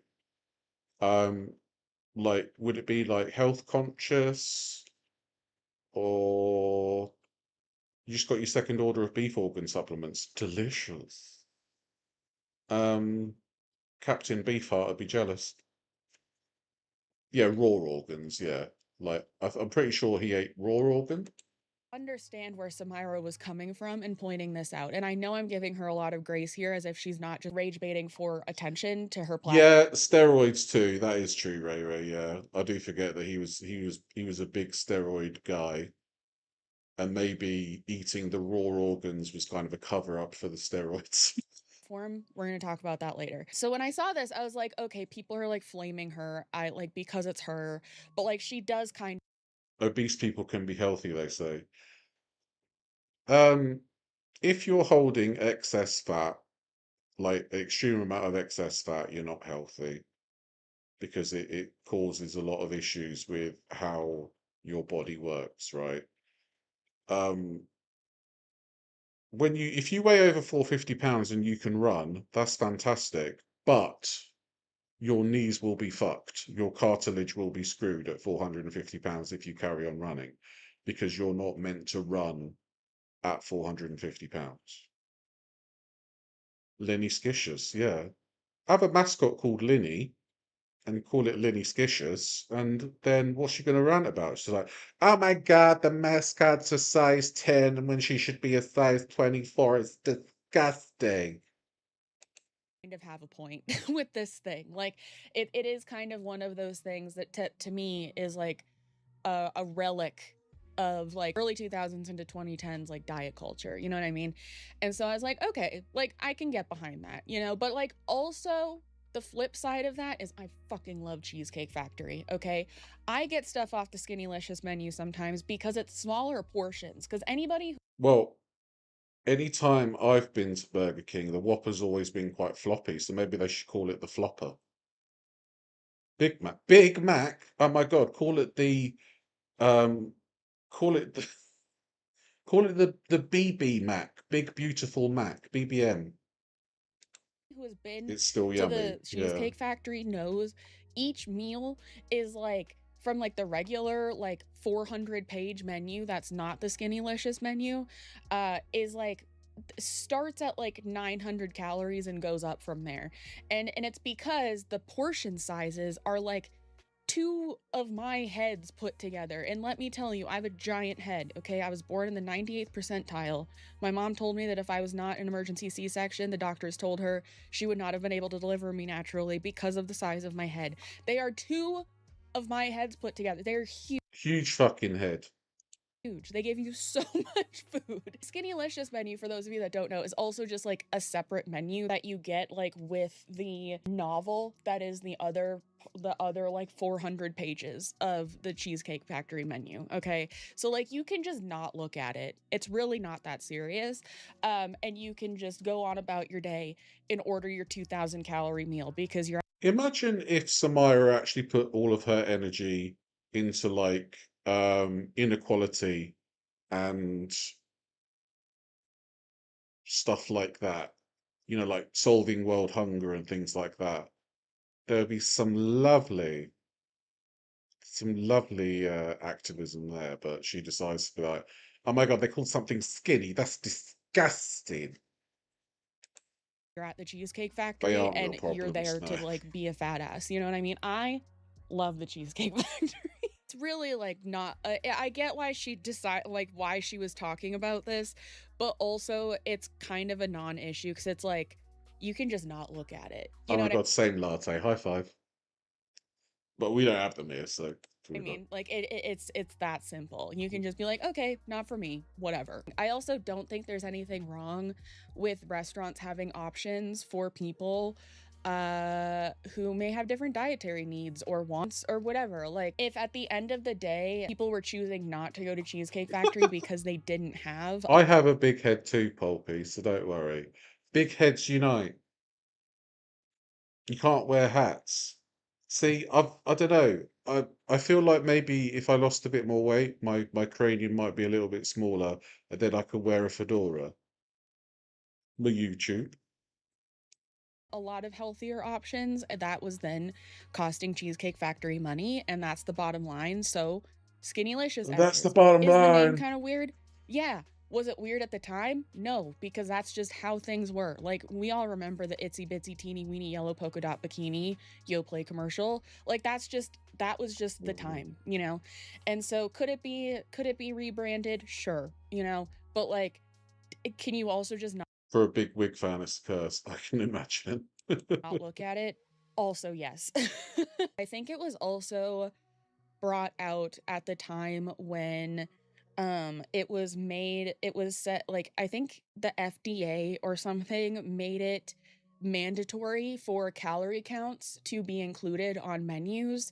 And so I could be wrong on who made that mandatory, but like it was mandated that like restaurants had to include calorie counts on their menus so people could make more informed decisions about what they were eating. And so a lot of restaurants, fast food chains, etc., started putting out healthier like menus to kind of counteract how calorically dense their like main menu was. And so I think that is also a big reason why Skinnylicious came to be, but ultimately it stayed because like people just liked having the option, I would assume, and I'm sure it's making them more money to have that option. Is it just basically halving the portion of a normal Cheesecake Factory meal? I can imagine that's what it's like. Anyway, those are my thoughts and feelings on the Skinnylicious issue. But Samira decided that she was not done talking about the menus in places in restaurants. But in the meantime, before she started talking about other restaurants, there was like this whole issue with her like wearing a thong, and it kind of going all the way up her back. People were making fun of her about that. I don't really. Yeah, I mean, that looks more like a little backpack. That's like halfway up her spine. Like that's a yeah. Like I'm not sure about that one, Chief. Samara just likes to be in restaurants, yeah. Care. But like that did happen in the midst of all of this, and it did cause more traction, more visibility to her platform. Okay, and that's ultimately what I want to come back and talk about at the end. And so then someone says, I would love to hear you talk about Chili's guiltless menu. As a Chili's employee, I always thought that was an odd name. Why should I feel guilty about eating a meal over 500 calories? Yes, Chili's guiltless grill menu is also fatphobic because its name stems directly from toxic You don't want to see anyone's underpants. Are you sure about that? I have a feeling there might be some individuals whose underpants you'd want to see. diet culture rhetoric to create guilt and shame around food and our bodies. And yes, they do specifically market this as their Dan, don't you hate pants? healthy, better for you options. And no, I'm not arguing that they shouldn't have these options. I am simply arguing that these options shouldn't be marketed fatphobically. Good morning. This goes back to kind of what I was saying about when I came on to my current job. I think try and strut. kind of moving away from terms like guiltless or whatever, like, is kind of, or at least was the way that society was moving for a long time after the like thin as in heroin chic boom that we came out of in the early 2000s, early 2010s ish. But I don't think it's marketed fat phobically just by saying it's like it's healthier options. When she talks about things like this, she simultaneously has me and then she loses me so quickly. And like I'm just like, ugh. I think it's just how like black and white her opinions are. Like there's no room in the middle there. This is kind of a more nuanced conversation that Yeah, that's who I was thinking of, Dan. For some reason, I went to Nelly Furtado first, but I'm pretty sure it was Lita that kind of famous-sized it.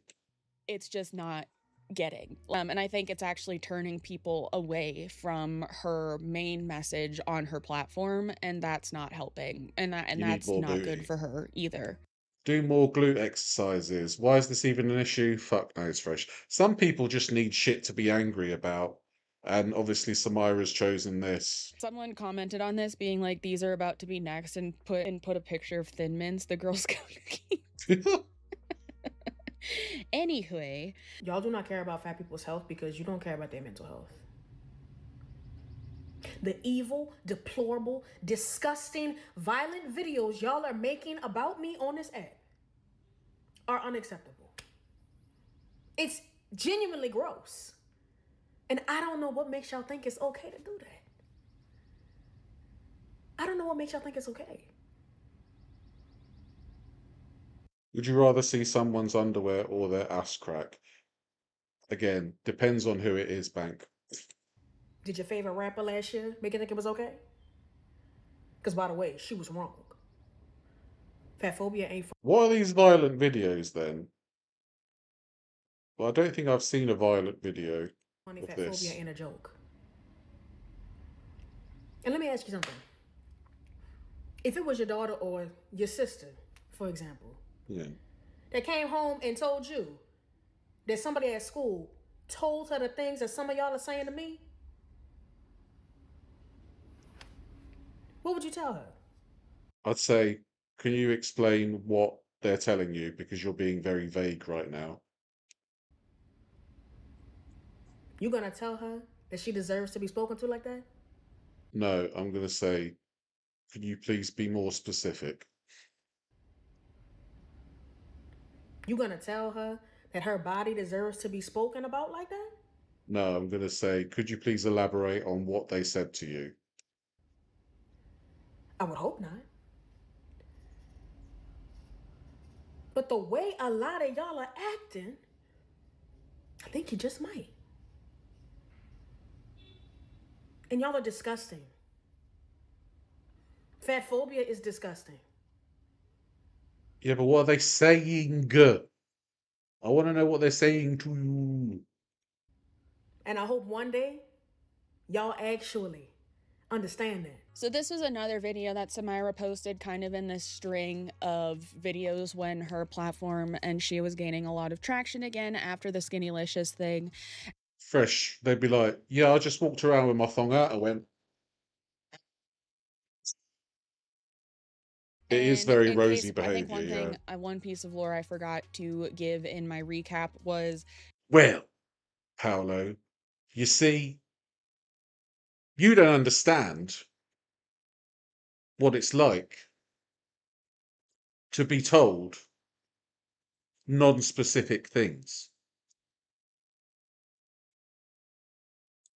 She very famously decided to call out Cardi B, I think last year, for saying something about like the plus sizes of new merch that she dropped, like selling out really quickly. And Cardi B responded, "Girl, shut the fuck up." And so it was like a whole thing. And she's never really It was gotten very over bad, that. I don't yeah. think Samira has. So that's who she's talking about in this, with like saying, was it your favorite rapper?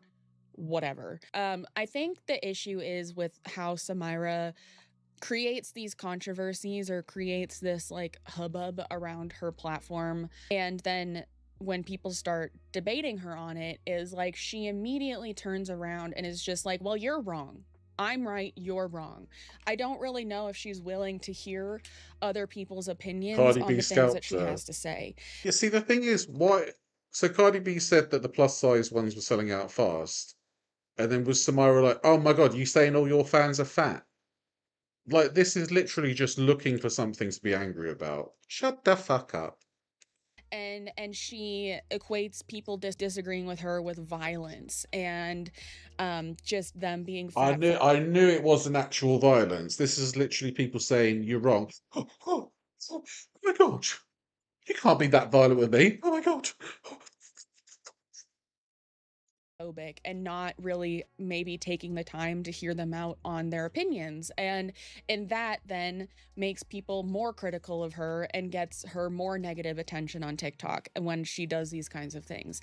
And I think that's what happened here. Were people saying probably some heinous shit, as I'm sure happens every time she does this? Yes. But when you're a public figure and you decide to voice what could be a polarizing opinion, whether you think it should be or not, that's what you're opening yourself up to. And Samira has way more followers than I ever probably will, but like even I know that. Like I know by making this content that I am opening myself up to getting feedback that may not be necessary or Yeah, I mean, you're probably right, Fresh. It could be like they're not happy with being fat, because a lot of fat activists were very happy to take a GLP-1. That's for sure. nice or nuanced or whatever, but like as someone who yaps online to an audience of over 130,000 people, crazy by the way, I know that's what I'm opening myself up to. And Samira has like millions of followers, and so like I would just I couldn't care at that point what people were saying about me or in response to things that I said, because that would just be so overwhelming. And so like I don't understand why Samira even gives them the time of day, and when she does, it's just her being like, well, I'm right, you're wrong. That's not a productive way to like debate people who don't agree with you. I think Yeah, it gets to a point when you have such a big audience that if you pay attention to everybody that talks to you and you have 1 million followers, you are absolutely going to go legitimately insane. So, yeah, 130K, dabbing on all the haters. All right, well, I've got over 2K. You don't see me bandying on about it. I got 2K. when she talks about like Maybe some. if someone came up to you like in your family and said people were saying to them the things that they're saying about her, would you say that that's okay? And the answer is fuck no, I would not say that's okay. I don't think some of the heinous shit people say about Samira is okay, but we have to look at it in the context of if people are being mean to, like, let's say my niece or something like that, and saying awful things to her, she's not asking for that. Neither is Samira really, but like she's not opening herself up to like millions of opinions. Okay, she's just at school. Yeah. Whereas Samira posts very polarizing opinions and just expects people to just not agree with her, like, or just expects people to agree with her. I don't know. I don't think those two things can be compared. I think It's kind of, yeah, so you're a bit overconfident if you're saying to 1 million people, well, I think wearing a thong out in public's great, and if you don't believe me, you're fat phobic. we have to look at Samira as as a whole content creator and her history as a content creator and take that into consideration as well when looking at the ways people respond to her when she starts things like this. Which would I prefer, a tight-knit community or the massive crowd? Well, I mean, I think there's something to be said for both. It's lovely to have a small community that, you know everyone and you have regulars that come in and you talk to them all. And then obviously, you have a big crowd, you have a bigger reach, and you can spread more of a positive message. But with both size communities, you can spread a more positive message. So there is that to it. Anyway, let's keep moving. Y'all, so in my search for like new draws, I keep getting served a bunch of ads for like shapewear, and a bunch of like maiden form ads keep popping up. And why do they have an entire Ooh, that's too much, that's too much, that's too much. Why do they have an entire collection called Tame Your Tummy? Tame Your Tummy. Not to mention the other Oh, she's doing it again. Tame your tummy. 1, 2, 3, 4, 5. Tame your tummy. Well, I never. Pause for effect. products that are like thigh slimmer. What, yo, fat phobia it's actually ridiculous. It's actually sick. It's twisted. It's disgusting. Like the lengths that y'all are afraid of fatness and fat. When the diseases start piling up on her, she's going to start wanting to be less fat. I can guarantee you that. Yeah, they all want a sanitized internet, yeah. Bodies that we have products called Tame Your Tummy for you to wear underneath a dress. It's insane. It's actually insane. So again, here, I don't think she's totally He wrong does in get a lot calling of this out. views, I think yeah. there's a lot, especially brands that have been around for a super long time. Like, I think there's a lot of stuff left over from like the super like heavy diet culture days that You're not fat phobic, you're twat phobic, and that's absolutely fine because there are a lot of twats out there. could probably use a rebrand at this point, like just from a marketing standpoint. Like I really think that's the case. But like at the same time, and like and if I was looking for shapewear and I had to buy from a line that's like Tame Your Tummy, I'd be like, okay, because I've done a lot of work, okay, personally, on not feel and on ultimately getting to a place of feeling like my tummy, my belly doesn't ruin my outfit, right? But there is something to say about shapewear and wearing the correct undergarments under certain things so that fabrics can like fall like how they're supposed to fall and ultimately be the most flattering, whether it's like covering your belly or not or whatever. Like sometimes even if someone doesn't have a belly, like wearing some form of shapewear or some form of like undergarment can like help the fabric just fall how it needs to and make the garment fit how it needs to, you know? And so like that I think that I would probably benefit from shapewear because I've got quite a lot of loose skin everywhere. So I think that if I wore a compression vest, I think that I would look a lot more svelte. Oh my God, it'd be so fabulous. ads and how it was meant to, maybe not needs to, but how it was meant to. And I was the same, Dan, but I said to you a while back, didn't I? Like I was judging the people who were 501 pounds and I was 499. Do you know what I mean? Yeah, some people don't like how their belly looks, so they want to tame it. Yeah, I understand completely.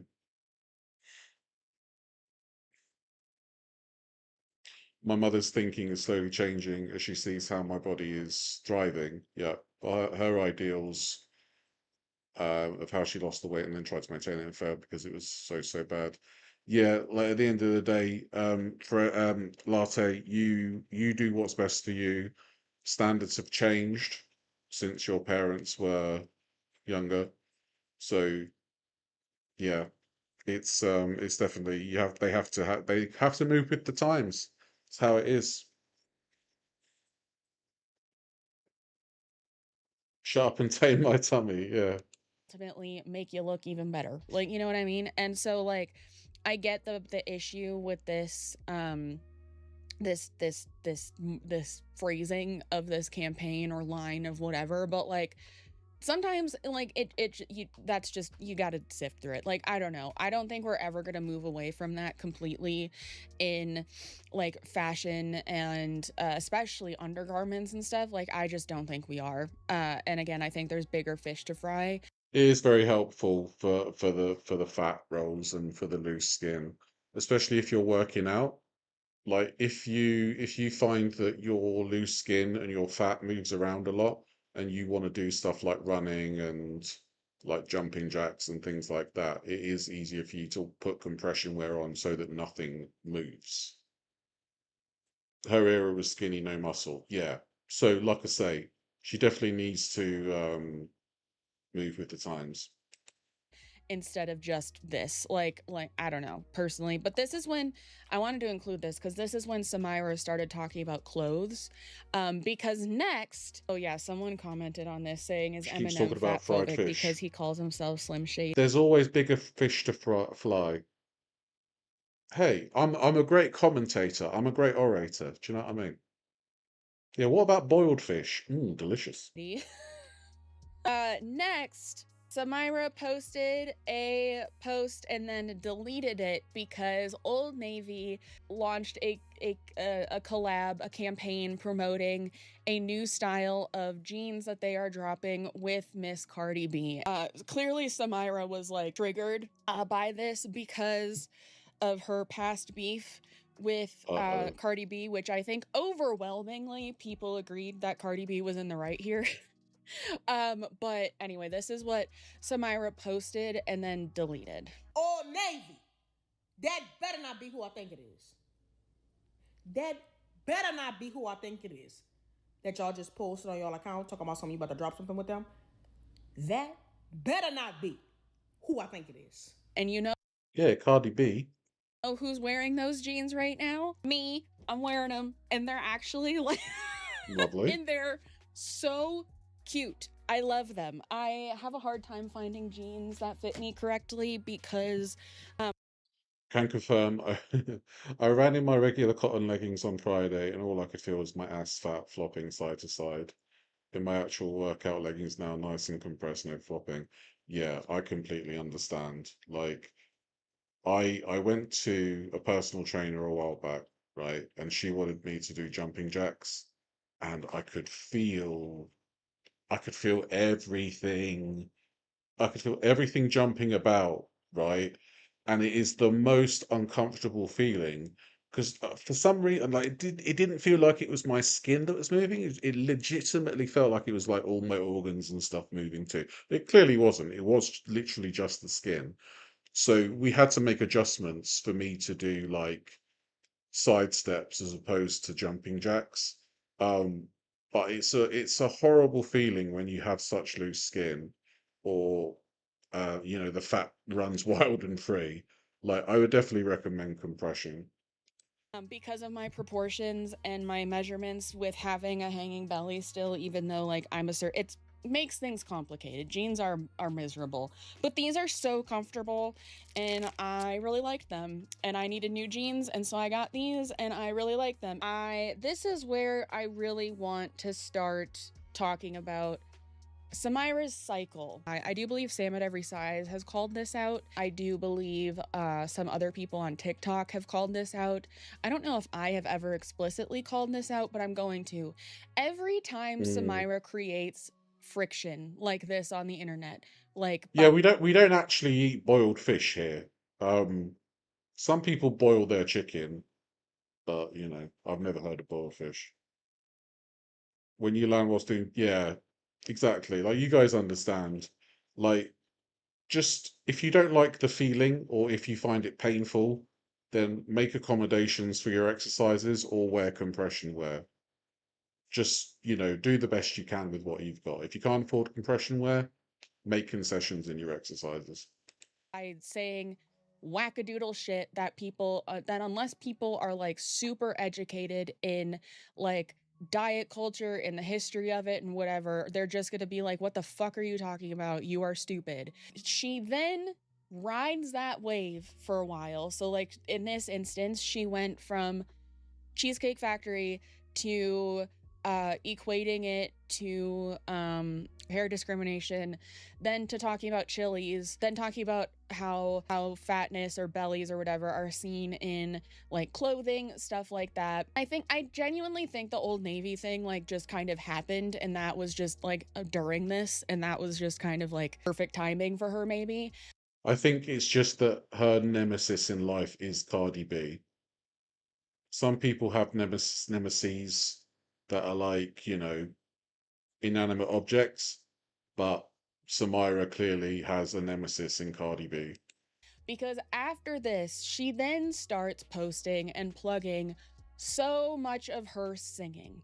Because one thing Samira has always wanted, in my opinion, of course, just from having watched so much of her content over the years, is she has wanted to be a singer and to have a singing career. Her three pinned No. posts, which means that they always show up when you visit her TikTok profile, are her singing. She'll No. promote her music, and that is exactly what she did here. She re-promoted a song that people thought was a diss track against Old Navy, but it's not. But it is, because it's been around for a while. But people made a meme out of that. I feel embarrassed for her already. Because it is cringy. Happy Fat Tuesday. Huh. You tried to be choosy. Scared. They ain't never seen this before. Remember, I'm the pretty bitch who got a daddy from the ninth ward. I'm the pretty bitch who got a daddy from the ninth ward. Didn't think I do it. Didn't think I talk about you. Do you think I'm stupid? Have me at your office, send me flowers. That's amusing. See, not only listen when I put it in our music. Power to a power to it. Always got the upper hand. She thinks she's Kendrick Lamar. She thinks she did. Oh, no, that was so cringe. But it makes me feel good about, like, my singing. At least I know that I can sing compared to that. She did not. Anyway. Pulitzer Prize winner she will not be. But then she starts posting like other songs that she either made or had already made, or was like maybe a new song. I don't know if any of this was new or if she just decided to ride the wave and start posting her singing again. She has always with She should do a cover of Hey Fatty Bum Bum. Hey Fatty Bum Bum, sweet sugar dumpling. Hey Fatty Bum Bum, let me tell you something. Not because you're so big and fat, don't you think I'm afraid of that? Hey Fatty Bum Bum. Thank you, everyone. Without fail, whenever she says something like that is super out of pocket to people who are not in this corner of the internet, which then drums up drama, which then starts a conversation, she then pushes her music career. And so I think for me, the authenticity of her activism has always been up for debate for me, quite frankly. Fresh, you're an OG. For like a bunch of other reasons that I'm not going to get into because we've already been filming for 40 minutes. But like, I think the fact that she uses her seemingly being really passionate about a topic, and then just immediately shuts down any response she gets, but just keeps stirring up shit to then get more responses and more attention. And then she always promotes her music career. That calls into question the authenticity of her activism even more for me. Yeah, I guess she basically generates fake drama, and we all make this face, and then she's like, "Oh my God, I've got a single out."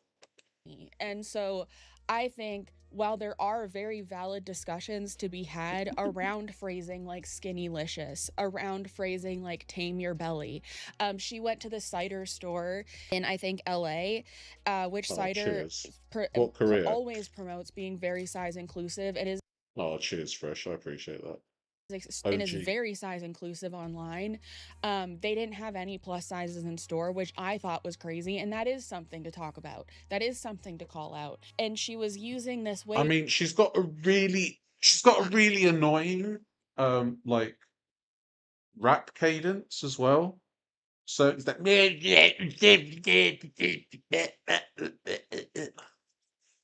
It's like if Roseanne Barr did Bust a Gut.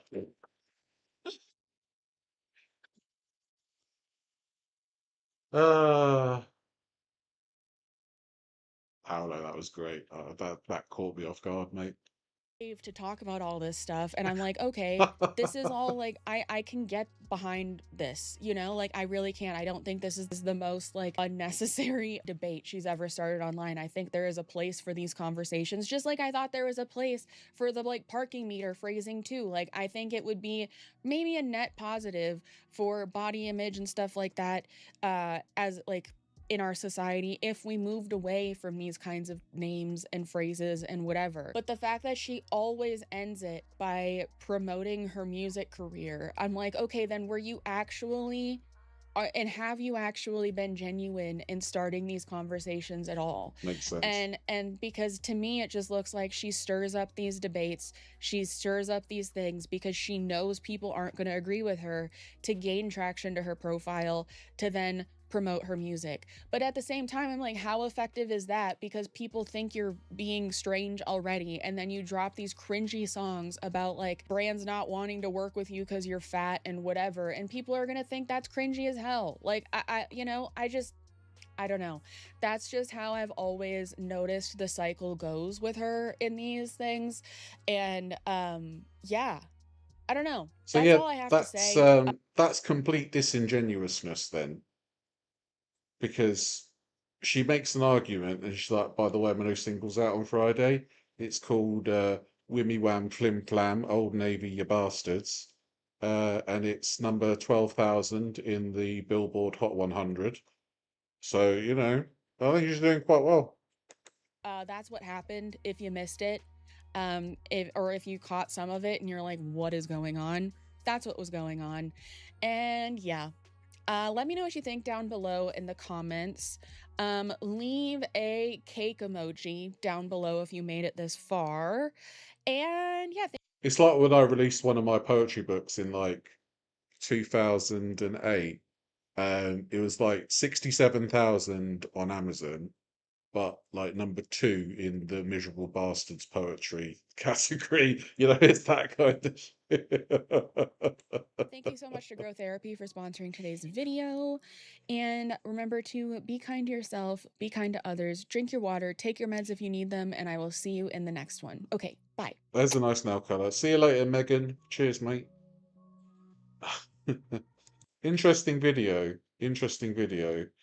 So this video here is from the suggestions also, and it's called I Work It Out Like a David Goggins for 100 days. I don't think he speaks like that, but you know, I thought we would add a little frisson to proceedings. I think we're fine actually. Losing weight is easy. At least that's Losing weight's easy, eh? Yeah, tell that to like everybody that's tried to lose weight. what my doctor told me. He also told me I'm obese and pre-diabetic. I thought the doctor was supposed to help me, not just roast me. Apparently, I gained over 30 pounds of pure fat over the past 2 years for no apparent reason. Yeah, I wonder why. I mean, if you eat donuts that are bigger than your head, that might contribute somewhat. But it's time to get my life back on track. Bilbo Goggins. So for the next 100 days, I'm going to do the hardest workout I've ever heard of to see how much weight we can lose. We're going to do the exact daily workout of what people consider one of the toughest men on the planet. And his name is David Goggins, ex-Navy SEAL, Army Ranger, ultra-endurance athlete who runs marathons for his warm-ups. He's literally the toughest man I've ever heard of. Apparently his daily workout is cardio. Nowhere under 12 miles. He's the toughest man in the world. I don't think you've heard of a certain 6'5" ginger-haired individual called Etienne Bernard. He eats seaweed and tells us the amount of protein that's in it. You don't get much tougher than that. How long's the gym session? 45 to an hour and a half. My goal is to be considered a tough man like David Goggins, because right now, the hardest thing I do on a daily basis is getting out of bed. I guess it's more realistic if I say this is my dream rather than an obtainable goal. But I guess this is our reality for the next 100 days. You need to rest. Let's see how long I go this time. This is the first night, 5 a.m. I really don't want to do this. I almost didn't get up. I snoozed all my alarms except the last one. But day one, let's get it. Before we start, here's my day one stats. 184.1 pounds, a 30. How tall is he if he's considered obese? Well, I guess, yeah, he's got to be under 6 foot then, eh? Interesting. 8-inch waist and 27% body fat. And with the motivation to finally lose weight, we started our run. We have 12 miles to run. My run started off Yeah, he said that his doctor called him obese. really strong. I ran 10 minutes straight without stopping. That's crazy. Look how motivated I am. Very So motivated, cute. yeah. I just have to do this 11 more times. The next few hours is all a blur to me. At mile 2, I almost vomited. At mile 4, I clocked my fastest smile. Yeah, does this guy weigh his latest? I don't think so. Oh my god, Jollibees, let's go in. A 12:08. Oh my I god, think eat it's it out, because I'm burger. Let's running go by in. a bunch of fast food Oh my restaurants. god, let's go in. Let's go in. I bet the ice cream machine's not working though. I want a McFlurry. But by mile 8, Shit. I'm dying. I'm dying. I'm literally dying. I don't know how much further I can go. we somehow finished our Just slim but not toned, yeah. Well, he's 38-inch waist, and 27% body fat. So men, when you go over 25% body fat, that's when you start getting considered like overweight and obese. So are they going by body fat percentage here? Maybe he doesn't have muscle. I don't know. run, but I couldn't even make it inside the house. I was sitting in front of my house for 20 minutes until I was able to get up again. Oh, I don't know what to do. Oh my gosh, I don't know what to do. By this point, you might be saying, David, how are you going to do this for 100 days? I don't know how I'm gonna do this, yet alone one more day. If I'm going to survive this for the next 100 days, let me introduce you to my secret weapon. Okay. Da, da, da, Massage da. gun. Protein powder. Yeah, that would be going on my leg. What? And the greatest recovery item, a Home Depot bucket. I heard ice plunges help. Oh, I think I frostbite. Yeah, the fact that he's considered obese is quite it's crazy, isn't it? Because he doesn't look it at all. Oh, that feels so good. I was enjoying this so much I forgot I had one more workout to do to finish day one. You see this man's face? He's in pure misery. I found out I could do 0 pull-ups, but I can do Nice. 11 push-ups, which is one more than I thought I could do. So I give myself a +1 for today on being a tough man like David Goggins. In That's fact, my better. girlfriend Emily told me I should give myself a +1 for every day I survive. At least I think that's what she said, but Hey, that doesn't seem like a very positive girlfriend here if she's eating Chick-fil-A while he's doing the 75 hard or the 100 hard. That massage tool's your secret weapon too, yeah. that's a good idea. By day 100, I'll either be as tough as David Goggins or be in a hospital bed. But that's pretty much day one. I rested for the rest of the day, hoping that things couldn't get any worse. The great thing is I probably had the best sleep of my life. It's 5 a.m. Time for another 12 miles. But the bad news? My joints are really sore. My workouts took even longer than yesterday, by a whole hour, as well as the next day and the next day. But on day 5, as I mean, you're gonna be struggling if you haven't been exercising, and then all of a sudden you start exercising. Your body's gonna be like, what? I can't handle this, mate. We can't be doing this every day. I weighed myself, I realized I already lost 6 pounds, over a pound a day. And I feel pretty tough already, especially after seeing the numbers drop day after day. On day 8, I hit my fastest run yet. But starting at mile 9, I think I have something wrong. What? With the back of my ankle area. It Uh-huh. feels like my entire right leg all around has shin splints, even on the back. after another mile, my leg was in the worst pain it's been in. I could barely walk. My ankle is so swollen. All I could think is that this challenge is over. I was only able to finish 7 days. It's kind of depressing. The only thing that cheered me up was a cheat meal. This was honestly the most pathetic I felt in a while. I couldn't even commit to this for more than a week. But I guess I shouldn't be surprised because this is how I lived my life until now. But while I was eating my Chick-fil-A meal, I saw this David Goggins video. So a lot of you don't like to run. That got taken away from you for a few months. But who cares? When the obstacle gets in front of you, don't let it stop you. Don't let it Yes, Mr. Goggins, sir. I agree. deter you. Navigate around it. Life will not always be 70 and sunny. But it was today. Maybe that's a sign. By this point, I'd usually give up by now, feel sorry for myself, but we're on the mission to be as tough as David Goggins. Bro, if you're a fan of feet, you're gonna love this video. So that day, I made a commitment to myself. No matter what, I'll do the David Goggins workout every day, even if I can't walk or move anymore. I will become as tough as David Goggins. Swimming might be a lot harder than I thought, but we finished the cardio portion of today. I can't keep swimming like this. It kills my soul. I hated swimming so much that I pushed myself to run the next day. And I bet you can't guess what happened next. You injured yourself? My injury got worse. Yeah, that makes a whole lot of sense, you silly bastard. To be honest, this is pretty frustrating. My body can't keep up with what I want to do. I forced myself to swim the next few days, but while I let my body recover fully this time, let's take a meal break. Let's. I put myself on a strict diet. That meant no more cheap meals, no junk food, no sodas. I started counting every calorie, 1,500 Buy sodies. Have you ever thought about Willies? calories a day. The drink. For breakfast, I'd usually have some yogurt and fruit, a fruit smoothie, or a vegetable omelet. It's not terrible. If I ranked breakfast, it would be a B on the tier list.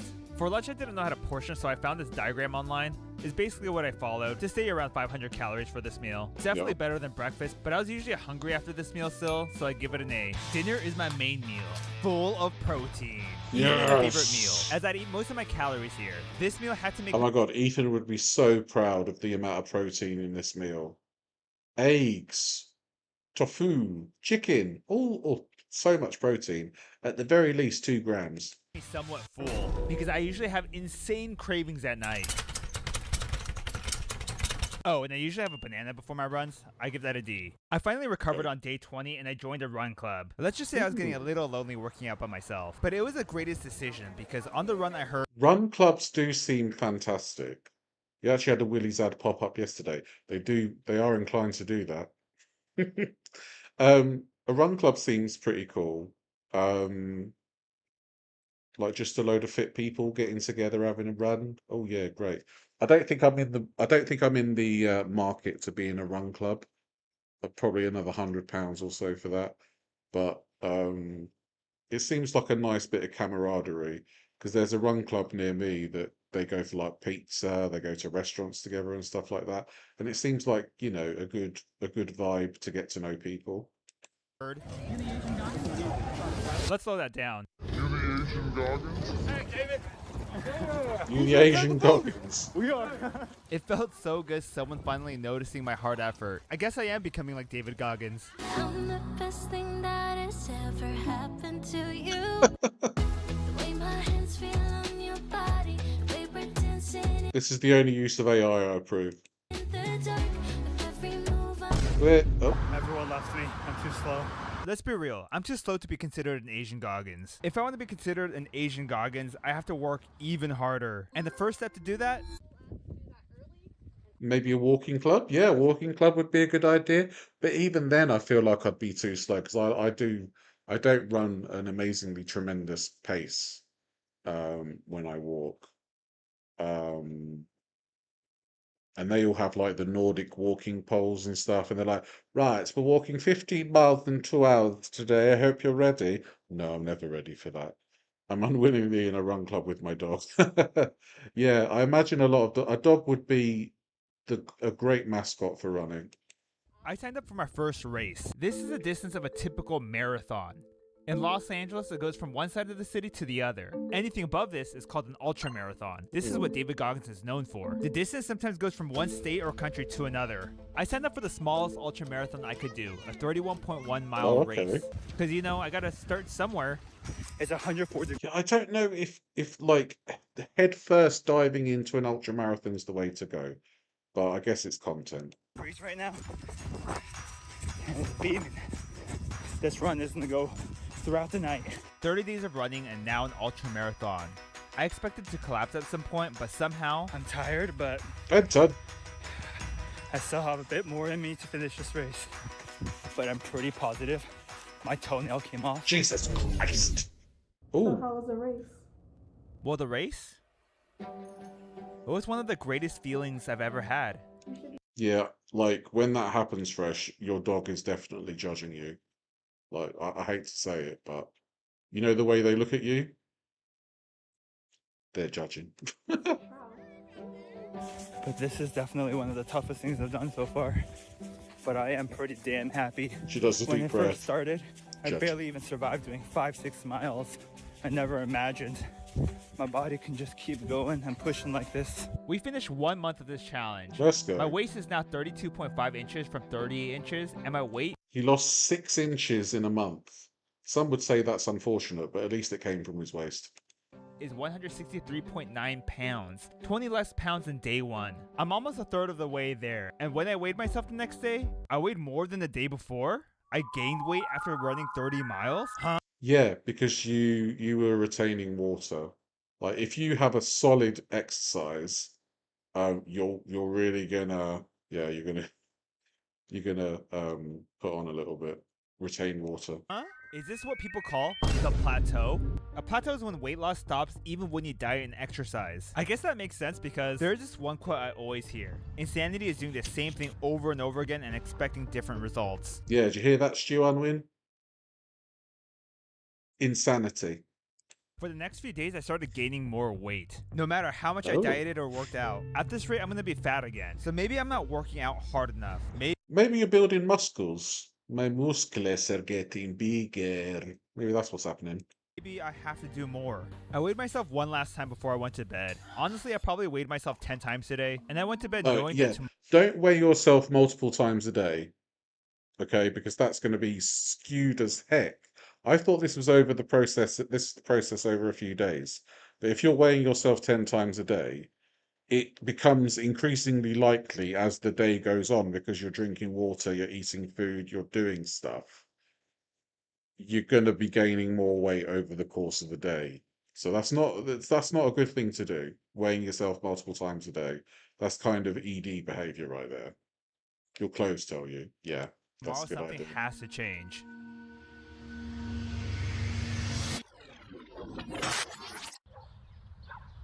To beat this plateau, we're going to start with a new approach. Burn more calories, plus eat less. If I eat eggs every day for 4 years, is that insanity? Well, I mean, what are you expecting from 4 years of eating eggs? Because I think that's just like, just a normal meal, isn't it? Like if you're expecting eggs to give you superpowers, that might be insanity. But, it can drive you crazy, yeah, for sure. Wake up, have a tinkle, weigh in. Yeah, I think it's an underrated thing, actually, that rather than having a poo, you have a wee. Because it's actually the water that weighs more when you have a wee-wee. I refuse now weighing once a week or once every 2 weeks. That is a good idea. Yeah, like even like once a month. The problem is that so many people give such differing opinions on when and how to weigh in, okay? You don't have to weigh in every day. You don't have to weigh in once a week. You don't even have to weigh in once every 2 weeks. You don't have to weigh in at all if you don't want to. You work out what's best for you. And as long as it works for you and it's sustainable, then nothing and nobody can stop you. And I'm not beginning. I've learned that everybody will give you the opinion on what works for them, and what worked for them won't necessarily work for you. So, you do what's best for you and make sure it's sustainable. That's the best piece of advice I can give. And Paolo, thank you so much for the 5 gifted memberships. That is so kind of you. Thank you so much. I really do appreciate that. Less calories equals more weight loss. we started doing runs on harder routes, sometimes even climbing mountains. Hey! Oh my God, is that a bear? Hey! You don't know me, bear? Holy shit. Alright, I'm gonna finish my run, but I'm gonna just haul ass. That Some women would choose that bear. was fucking scary. After a few days of doing this, we started dropping weight Oh, we got a again. camel. We are back on track on being. Hello, camel. As we know, camels are the nemesis of one foodie beauty. That camel's like, if I see that Canadian hussy. Like David Goggins. And on day 44, we finally hit under 160 pounds. I haven't seen this number since I was a kid. I stood there for a minute, mesmerized by the number. I can't believe it. The biggest question I got during this time was how I make time to work out so much. Every day I'd sleep 8 hours a day. I'd then work for 8 hours a day. I'd work out for at least 3 hours. I'd also film and edit daily fitness update videos. That took 4 hours. That'd leave me about an hour to eat 3 meals. Yeah, that's what running from a bear looks like. He wasn't even holding chocolate. Do laundry, clean the house, spend time with Emily. I think you should rest. Or rest. I usually chose rest. So cold. And after a few more days, we reached day 50 of working out. Some cardiac patients should weigh in more often. Sudden weight gain can be an indication of fluid developing around the heart. Yeah, that is true. Again, it definitely varies from person to person. So it's whatever works for you or what's dignified or what's stated by your doctor dignified. She did get bit, I think. Yeah, she at the very least got spat on. Where the hell are we running? I'm guessing it's America somewhere. Like maybe one of the southern states. Like David Goggins. Did they have bears in the southern states? Oh no, he's in Los Angeles, right? Is that's because he did the ultra marathon? I think he's in Los Angeles.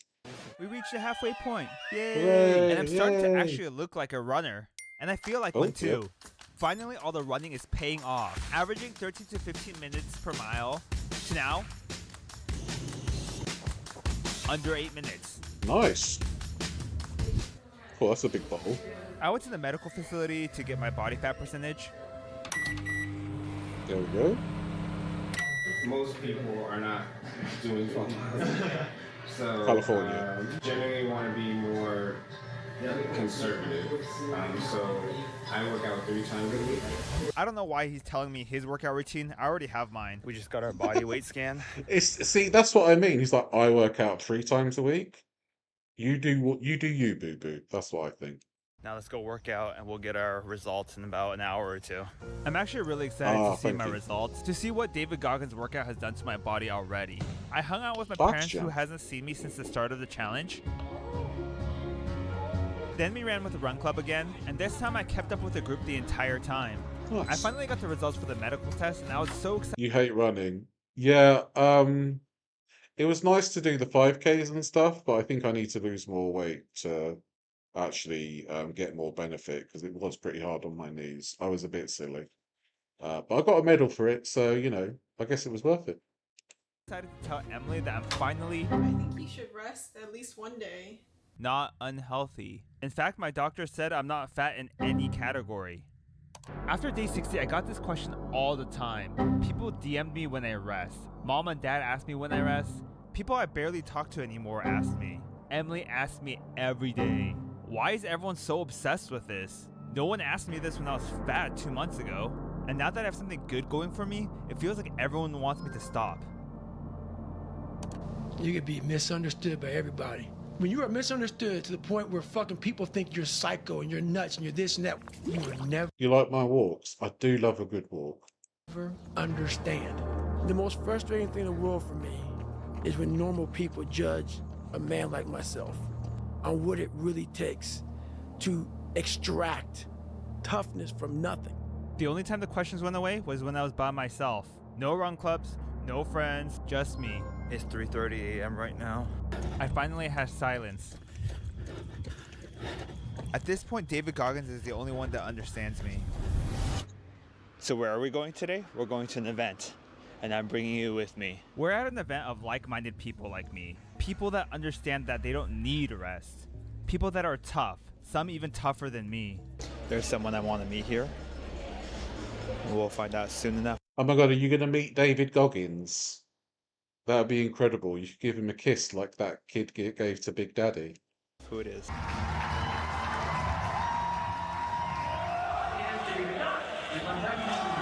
Oh, David Goggins.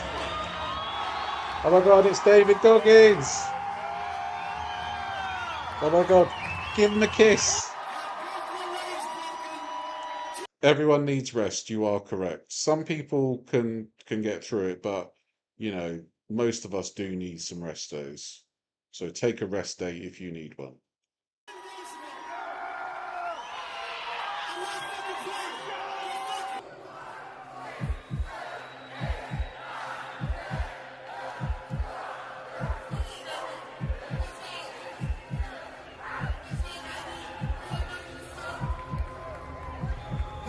He's just a few steps away from his hero. Just rest one day. Please. This question again. Let's go back to day 50. Nowhere near Latte's readiness. Latte is always ready. I love that about her. When I was first told to rest. A little over 2.5 weeks later, I lost almost another 20 pounds. I mean, to be fair, his body forced him to rest like a week into it when he tore his ankle up. So, and he didn't pay attention to it. Making insane progress.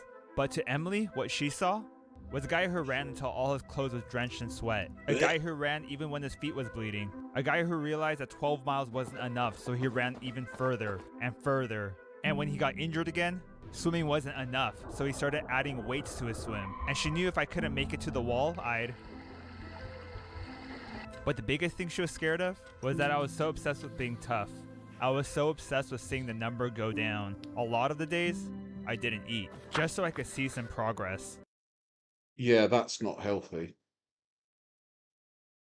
You're saying that you didn't eat. All right, mate. Yeah, that's not healthy. And most days, I worked out more than I slept. When Emily asked me why I have to work out this late, I couldn't think of This is bulimia, by the way. That's kind of what we're getting to here. an answer to the stupidest thing. I said I rest when they sleep. She is not happy with me. Yeah, So it's when not Emily healthy. asked me to rest, Which way did I come from?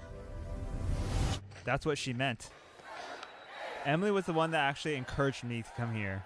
We have a few more weeks of this challenge and I still don't feel tough. And I came here to ask David Goggins how to be tough like him.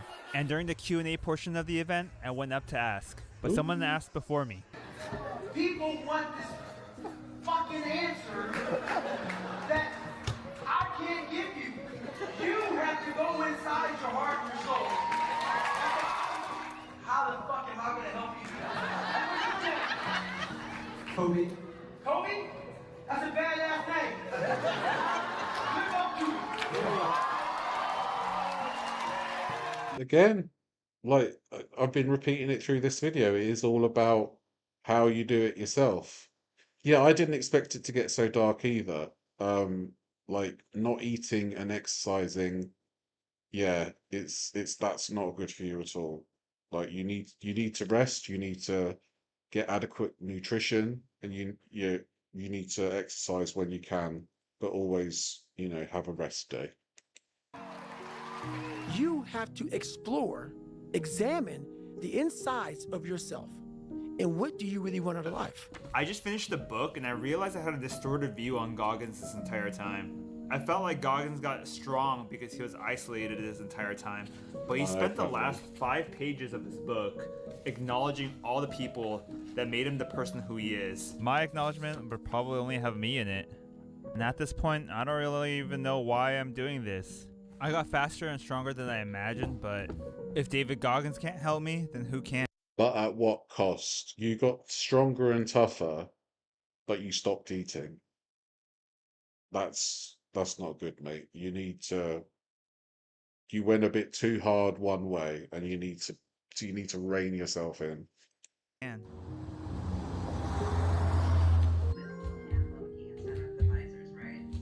Tomorrow, something has to change. I think I'm at a 26-inch waist. The next few days, I'm gonna need to start gaining weight, which is the most wild thing I've ever said in my life. That's because I now look like a dehydrated version of David Goggins. Since we're only 8 days away from finishing this challenge, I'm panicking a bit because I feel like there's so much. My God, his face, he looks so gaunt. This week. Like, he really has overexerted himself. He looks so gaunt in the face compared to the beginning. Wow. That's because we made 2 big changes this week. 1, we're gonna take every opportunity to work out. Yes, even with people in run clubs. 2, we signed up for our next race, an Ironman. I can't believe I actually registered. That was $1,000. 140 miles. I have like really big stomach cramps. Oh my God. This is the worst I've felt in a really long time. I I knew the moment I went home, Emily would say, but this time she didn't. Rather, she asked why working out is so important to me. Are you ready? Yeah, it is. That's crazy. I know. I'm like, There you go, David! Why do you run? I said I rest when I sleep. Yes, because he's not eating properly. Why? Mate, you don't want to do open water swimming in the UK at the moment. Get a load of E. coli in your gob. If I had to answer, it's because I hate the person I was 100 days ago. The person who was obese and pre-diabetic. The person whose nickname was Fat Lard throughout middle school. Oh, that looks so good. And if I had to answer, I'm running away as far as I can from this person. Oh, I don't know what to do. I bet you don't understand that. You could be misunderstood by everybody. People want this fucking answer.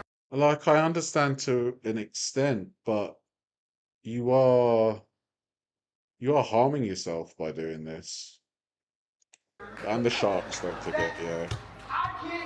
I've been running away from everything. My past, my weaknesses, my flaws. I was too busy running to see that I wasn't fighting this battle alone. I bumped into a dude named Sylvester. Please post a long form video. I know, I'm gonna work on it. You've been super busy probably, but your videos are so good. Probably do like the full 100 days, so. Yeah. That's good, man. You're updating, right? I heard they were trying to clean up the rivers. It's not going really well at the moment, especially with the droughts. Yeah, you can't run away from yourself. It's like, you know how like some people move across the country to try lose weight? You're still going to be, the problems move with you. They don't stay in the place that you were at. Yeah, today's 100. Yeah. Thanks, man. Appreciate you. We ended up riding the next 50 miles together. This is one of the first times where I actually enjoyed working out. For 100 days, I was telling myself that no one understood me. But Yeah, that's true, Fresh. One thing I'll say, a lot of people who live past 90 to 100 years old never did anything of this. I think it's too much stress to the body. I mean, when you look at the animals that live to be the oldest, it's like, what, sharks, parrots, tortoises. They tend to live in the hundreds to 200s, right? And they're like the slow, methodical animals. So I guess there's something to be said about that. Like if you live a healthy life and if you live a nice, like, it's like, you know, in the Mediterranean, people live well past their 80s and into their 90s, and that's because the lifestyle is so different compared to like America, Northern Europe, Western Europe, and all that kind of stuff. So there is something to be said about that. I like turtles. But maybe for 100 days, I'm the only one that didn't understand myself. The next 100 miles is dedicated to you. Thanks for being so tough when I was too busy running.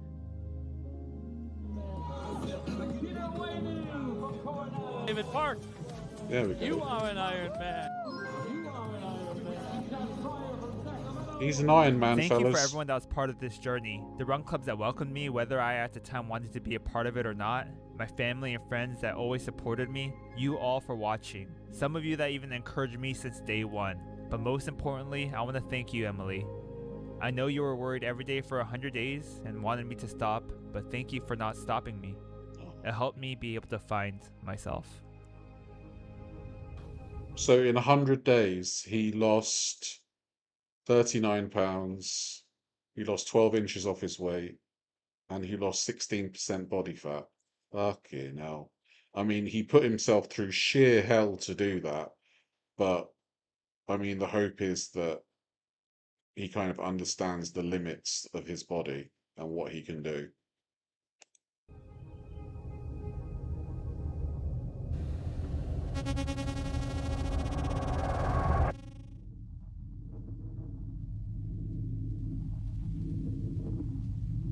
That was an extremely interesting video. Thank you to the person who recommended that. I like him and I hope he eats a nice burger. I'm sure he will. Oh. I survived running 240 miles. Oh, right. So that was that video. The final video that we're watching today Yes. Is Alicia is it XXL or XL? 9% body fat is actually unhealthy. It is getting into that. It is getting into that, yeah. I would say like you're probably looking at like 12 to 15% for a man. It's probably like the healthiest range. He's got great videos. Was it you, Ray Ray? I think you recommended it. But yeah, I subscribe to him, so maybe we'll look at some more videos on a Sunday. So this is I went shopping at Sprouts. I don't know what Sprouts is. I think it's like a grocery farmers market type situation type deal. Guess who's back? Back again. Guess who's back? Yeah. For long form content. Yeah, let's go. It's me. I've got a lot It's of Alicia. quests. The fuck? Requests. DMs, comments, asking for more long form YouTube content. So here you are. I'm in Nashville, Tennessee this week for work, and yeah, which is why you see a place that doesn't look. Look, I'm going to ask the question, okay? And please don't be offended by me asking this. Is she a lesbian? Is she a lesbian? Very fucking familiar. I don't have like a cool intro song It's an innocent question. Please don't judge me.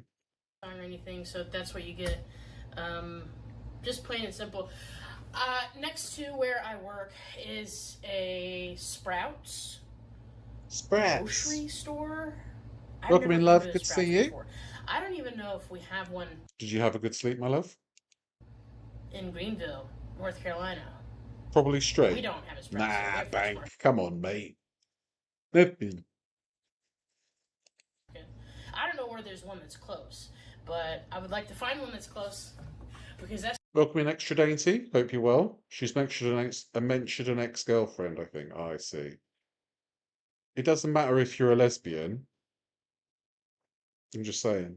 I'm not homophobic, but I love LGBT community. Thank you so much.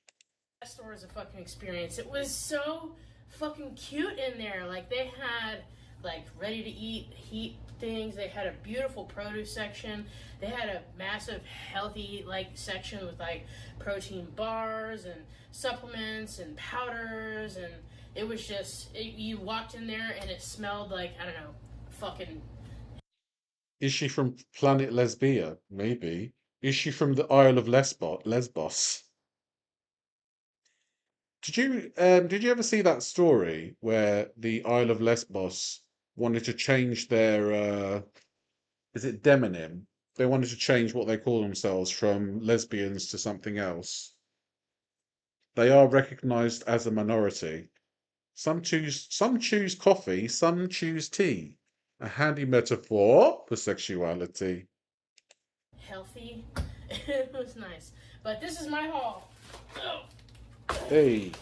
This is my Sprouts haul, and Sprouts. that's what the video is gonna be. Yeah, Is okay. my Sprouts haul. Lovely. To show you what I got. Great. Come on then. Before we get started, I spent for this whole bag $119.33. I'm sorry. $119 for that. For one bag. They saw you coming, girl.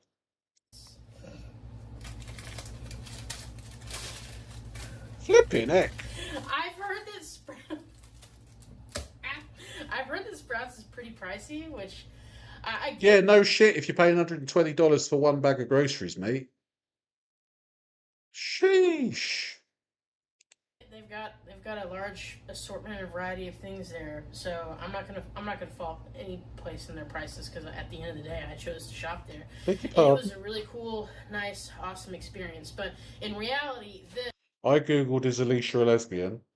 Alicia Keys is not a lesbian, but the woman that sings I Love the Nightlife is a lesbian. I love the nightlife. Do you like the nightlife? I love to party. Do you like to party? Is that her? Yeah, Sprouts is a bit like Air One Junior. Well, it is worse than Waitrose. At least that's a reference I get. I don't know what Air One Junior is. This plus a grocery order that I got earlier this morning, just so I could have some food at work. I mean, I didn't know Bucky's was a bloody gas station. So there you go. Waitrose is good. Yeah, Waitrose is really good. Fabulous cakes. For this week is going to feed me all week long. I don't All week anticipate long. using any more money to get anything else throughout the week, unless I want unless it's something that I want, like another energy drink or something. Oh, speaking of, got that thing on me. That's good. Yeah. Bet she's not grabbed a White Monster in some time. I'm not sponsored, by the way. Luxury gas station. Sorry. Y'all should fix that, Ghost. Oh, it's not. So- It's not. It's Ghost. It's not Monster. Okay. Yeah, without further ado, let's get to seeing what $119 got me. Let's get to. It also got me a Nyx protein bar, which is not in here. It's in here because I ate it on the way back to the hotel. Fair enough. I was feeling hungry. What else to tell you? Starting hot. Yeah, Aldi is pretty good. There are lots of really good things that you can get at Aldi, especially like the knockoff brands instead of Dr. Pepper, it's like Nurse Salt or something. It's not. It's it's a completely different name, but it's basically the same thing. Hot and heavy with the Slate Classic Chocolate Protein Shake. This has 20 grams of protein in it. Oh, for shit. 100 calories. Yeah. That's fucking wild. Lexi, aka the Macro Edit, I'll put her right here. If you follow her on Instagram or not, she's fucking she would do. You know how that fucking commercial about Klondike bars and how what would you do for a Klondike bar, and everyone's like, I'd fucking do anything for it. First of all, I would do anything for a Klondike bar. But what would Lexi do for a Slate protein shake? Probably fucking anything in the entire world. Dirty bitch. Dr. Pepper equals Mr. Pibb. I can't remember what it's called though. It's something stupid feminine. Let me just let's divert for a moment, okay? Dr. Pepper Aldi version. The the Aldi version of Dr. Pepper is Professor Peppy. Professor Peppy. All right. So when you go to Aldi, you don't look for Dr. Pepper, you look for Professor Peppy. And if you saw me try it for the first time ever, you'll remember that my experience was not great because it was chunky at the bottom. Even after I shook it, so don't I'm chunky at the bottom as well, but that's a whole different kettle of fish. fucking come at me with that. You should shake it. Alright, so we got the Slate protein shake. I found this cool little fucking thing. It is reusable utensils. Okay. I want to see what these look like. Do you know what? Reusable utensils. What? A knife and fork. Let's reusable utensils. A lot of people sell them. I'm not waiting to the end. It says, fuck. So I can take these with me whenever I travel. I'm being facetious, obviously. Reusable utensils. It has, god damn it, a knife, a fork, a spoon, and 2 chopsticks. Ooh. What about a spork? Or a spoon? Yeah. Okay. Anyways, this is what it is. Ooh. Oh. Okay. She bought cutlery, yeah. So you gotta put it together. Oh. Oh.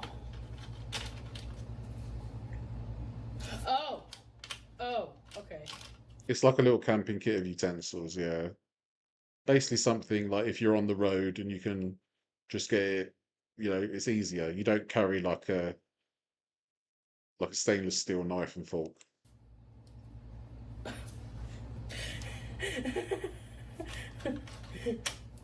Okay, I get it now. Yeah, her shopping cost $119 because she bought a load of weird shit. Yeah. It would easy, to be fair. This is neat. I love using chopsticks too. This is the problem with us gays. We don't have kids, right? So we've got like extra money to spend, and we spend it on stupid shit like this. Honestly, I like using them anytime, not even just whenever I eat Asian meals. I just feel like, I don't know, better than everybody else. That's not it, but anyway, that's cute. I like that. Okay, these go in the bottom first. I have to deconstruct them. Very cute. This is the primary thing that's going to keep me from using this, is that I'm going to have to do this and take some time to, like, fuck you. And take some time to, like, wash them and stuff. I love disposable things. Not all disposable things, but I love some disposable things because I'm just, at the end of the day, I don't want to deal with it. Is she the one that's she's one of Goliath GG's clients, is that right? Think of the environment. True. I don't want to deal with it. I got better things to do. But this is going to come in handy. Alright. I got these two sets of microgreens, micro rainbow mix, and micro arugula. I'm not sure what I'm going to do. You spend stupid money on your dog. Yeah, if you don't have children, just spend your money however you want. That's the nice thing about not having kids. You don't need to worry about school uniforms and shit. With these yet? Actually, I kind of am sure. Big up to people who take care of kids, though, because everybody knows children are our future. I got this spicy tzatziki sauce, Mm-hmm. dip, spread, whatever you call it. I get so fucking annoyed myself whenever I call it tzatziki sauce, because I think sauces are thinner and this is pretty thick. So I might mix some of this into here and roll with it that way. I don't know. So we got greens, tzatziki, spicy variety. Tzatziki. I also got some stuff for breakfast. Hell yeah. Got No, some egg buckets, whites all my for money. breakfast. I got 2 of the spinach and bell pepper, and I got 2 of the mushroom and Asiago. So this is gonna be my breakfast for the rest of the week. I'm not only eating this for breakfast because honestly the calories are pretty low. 220 calories for this whole tray. 15 grams of protein. So I'm not mad at that protein. It could be better. Maybe Okay. what are you gonna do? It's fucking eggs. Oh, I found these. Oh, that's it. I'm gonna have these also for breakfast too. These are no spoon, no bowl, no fucking problem. Protein bag shakes. So it looks like what you do is you take Protein bag shake. So you just put the milk in. it and you fill it up with water, and then you close it. I can see why more and more why this has cost $119. Shake it and just drink it right out of the bag. I've never seen these before. 180 calories, 22 grams of protein, so that's a really good protein intake there.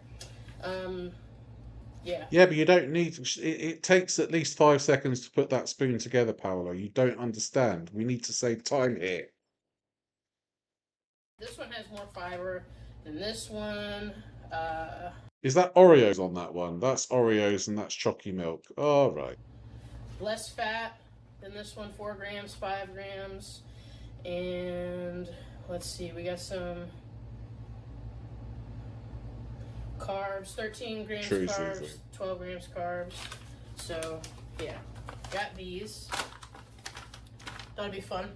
Yeah, I also fun. found this, like, little apple and kale quinoa salad. So I'll probably have this with dinner one night, or maybe I even will have this as a snack. It sucked because some of the things in Sprouts told you the macros on them. This will tell you the ingredients, but it doesn't tell you the amount of the ingredient, and it doesn't tell you the macros either. So this is Any quinoa fans in the house? Apparently, quinoa is a complete protein, which that's very rare in the plant community. kind of like one of those. I gotta guess to see what's in it. But at the end of the day, it's a kale salad with apple and red onion. I'm not gonna be pissed about whatever vinaigrette's in here. This will be fine. This will be fine to blind eat, unlike a lot of other things that Blind kind of aren't fine to blind eat. What do you go like? Up. No, if I don't see it, there's no calories in it. Nope. All right. I You got like some it? watermelon. Some watermelon. These would come in like these huge bricks. Like, Yes, quinoa is very, very bland, as is couscous. If you get quinoa or couscous, flavor the shit out of it because otherwise it's just like eating nothingness. That is definitely my suggestion when it comes to quinoa. I mean, look at that. This is substantial. They packed this motherfucker in there perfect. There's no room left for any fucking thing else. So let's make room. Oh, yeah. Yeah, pre-cut watermelon is expensive because you're paying for it to be cut up, right? You're not even getting all of the watermelon. You're getting like a half of a half. That's a brick. All right. Fucking my watermelon. It's just so good. Yeah, pat that watermelon down. I'm gonna tear you up later. Just me and you in a bed, baby. Some more things that they didn't have the macros on. This is a turkey carnita with some green onion. Comes in a microwavable bowl. That smells pretty good, actually. You know what? Let me just.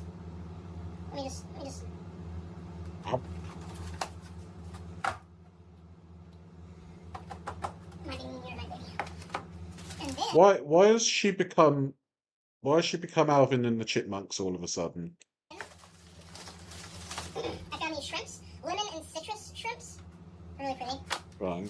And then I found just this seared chicken breast. Very nice, very pretty. What Shay says, very cute, very gorgeous. And then there were some things in there that actually had the macros on it. And not only were the macros on it, they were actually really fucking pretty. I don't know if you can see it here. Try to zoom in a little bit. They'll have the calories, the protein, carbs, and fat. Yeah. High protein, seed oil free, turmeric grain blend. This is a beef sirloin chimichurri bowl. Wow. Okay. Yeah, she's not a meal prepper. I mix quinoa with basmati rice, then add black beans and spices. Very tasty. That's a good way to do it, Miss C, for sure. With sweet drop peppers. Cute. And then the last thing. But what I'm trying to will this last a week? Because this seems like a lot of freshly prepared cooked food. So what are the use by dates on this? Because is she going to get through all of this within a few days, or is this going to be across the week? Because it seems like a lot of food for just a couple of days, and this is why the shopping costs a lot. My food this week is going to be this beef pot roast. This has the macros on it too, down here in the undercarriage, if you can see it, okay? Yeah. It's got pot roast with red skin mashed potatoes, paired with beef gravy. We got some green beans and some carrots in here too. Although I am guessing though, she's Yeah, I was about to say, if she's just got this, yeah, fuck cooking if she's just got a hot plate. So this is what So if she's out traveling, then it makes more sense, yeah. I have for my food for the rest of the week when I'm at the hotel. I got some food for whenever I'm at work, and I left it in the fridge at work. I got some chicken. I did get a couple of tuna packets. I might even end up bringing some of the tuna home to the hotel. Some of the tuna back to the hotel in case I run out of food. Do you know what's easy? I find tranquility doing the washing up. I find that quite a peaceful little thing for me to do. Because in all reality, this should last me, but in case it's not, I have extra food at work, like some chicken and some more tzatziki and whatever. So I'm gonna try. She loves those tzatziki, doesn't she? Try to make this work throughout the week, but make no mistake, if I run out of food, then I will go back and get more. But this, I'm really excited for this. I never tried Sprouts before. And then on the receipt, hold on, let me cover my fucking shit on there. Then on the receipt, they charged me 10 cents for a bag. This is a sturdy bag though. On the receipt, they have your stuff broken up. Cover that. Cover it all up, girl. You see my card info. They have your stuff broken up by like produce, grocery, vitamins. They put the shakes there, and then deli, and then CRV, which Paolo's not liking this video. is this bag. So they have it broken up by like section in the grocery store. I thought that was really cute. Yeah, that was really cute. So $119 for all of this. I still think this is, it doesn't show $120 worth of food, even if it's prepared stuff. I feel like this could have been done cheaper because it's not food. I mean, I've never heard of Sprouts, so I don't know what kind of their deal is, but it does look like it's basically just meal prep that's done for you. But obviously the milkshake's in the bag. Just come up in your algorithm, but I don't vibe with her 5. Absolutely fair. I like Absolutely shopping fair. in new places because I like trying new things. Even though I have like a little kitchenette in here, you might be asking yourself, well, why is she getting that if she has the kitchenette? There's no skillets, there's no pans, there's no bowls, there's no dishes, there's no nothing. Feel like the Boots meal deal would have been better for 3 days. Yeah, true. I think it includes the stuff she left at work too. Oh, okay. No, nothing. There's a little thing here that says, hey, you can customize your kitchen if you call the lobby. We'll bring you dishware and all that shit. But I didn't want to deal with it after that. This hotel has actually not been my favorite since I got here. Oh, But okay. either way, this should be pretty decent for the week. And I like trying new grocery stores because they have different things. And I like trying. It seems like this hotel's trying their hardest not to allow cooking in their rooms. If they're like, yeah, you need to call up to get the cutlery, you need to call up to get the plates and stuff. Yeah, that'll be an extra $500 a night. So maybe this is probably the cheapest option for her. Trying new things. Not only is that fun for me, but I can From a also price see point. what options are out there for whenever I just continue Tesco to meal travel, deal? because I do that a lot for fun. I do that a lot for work. So I usually like to get like the egg bites from Starbucks in the mornings. But if I can just have this in my fridge for around the same cost, let's be fucking honest with each other. So I can just do this here instead of stopping at Starbucks and getting a coffee and spending just an obscene amount of money, then totally. Then I'll absolutely do these. And this paired with like one of these shakes should be just fine. Yeah, that's it. That's that, Chud. That's what I got. If you followed me on social media for some time, you'll also see some videos that I've made about like Thrive Market.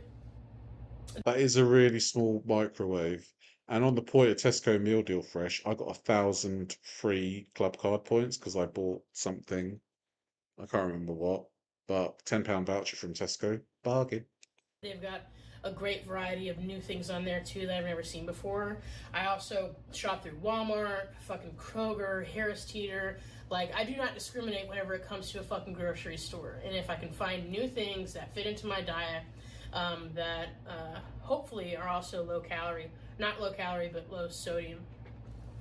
I imagine these are not going to be super low sodium, probably like 410 milligrams of sodium for this. 370 milligrams of sodium for that. I'm sure this is nothing.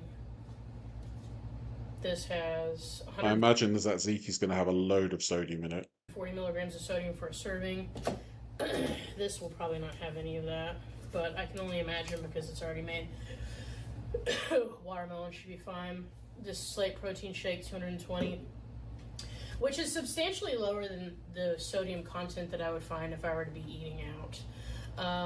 It would have been easy to spend $119 at restaurants throughout the Yeah, Boots do a lot of stuff you wouldn't expect. That's really good. That's amazing, fresh. week, either through DoorDash or going someplace to get something. So honestly, if I think about it that way, while I'm out of town, then I can see this as more of a justifiable purchase and use of my money. Because honestly, if I were to have eaten out for all of these meals, it probably would have been about the same, if not more. Earlier today, when I went to Walmart, I got the groceries there that I could leave at work. that came out to about $43 and some change for everything that I'm sure that I put here You'd love a whistling kettle. My great granddad used to have one of them. and showed you. Good old days. Somewhere throughout the video. So that would take this to be a little under. This is Alicia. She's on a weight loss journey. She's out traveling, so she's trying to get the best food that she can, I guess, that goes into her diet. $200 for me She does to eat talk, for the yeah. week. And before I get the question in my comments, yes, my work buys all of this stuff. I use a company card whenever I'm traveling. Oh, so she didn't even pay for it. So this was on a company card, so she can claim it all back. Fuck it. It's all right then. They do Fucking get another bag. Another $120 worth. Fuck it. give me a per diem. I stay under that per diem pretty substantially. Like, for example, I get $300. It's $50 a day that I'm traveling, and I'm traveling for 6 $300, days. dude. So $300 that I can use, but $300 of grocery food would just it wouldn't be eaten. Or if I was having a particularly bad day, Company it would be card. eaten and it would be in a surplus. So I really just try to get what I just know that I'm going to need, instead of How much am I allowed to spend on my company card? $300 a day.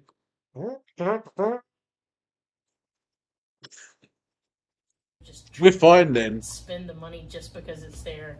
And that's not super fair to the company either if I were to do that. So Who gives a shit, Alicia? You got $300 a day. You spend $299.99 a day, girl. Fuck it. I spend what I need and the rest just goes back to the company. So yeah, I don't Somebody likes their boss. know, what am I gonna have? Which one do I want? This is a lot of shrimp.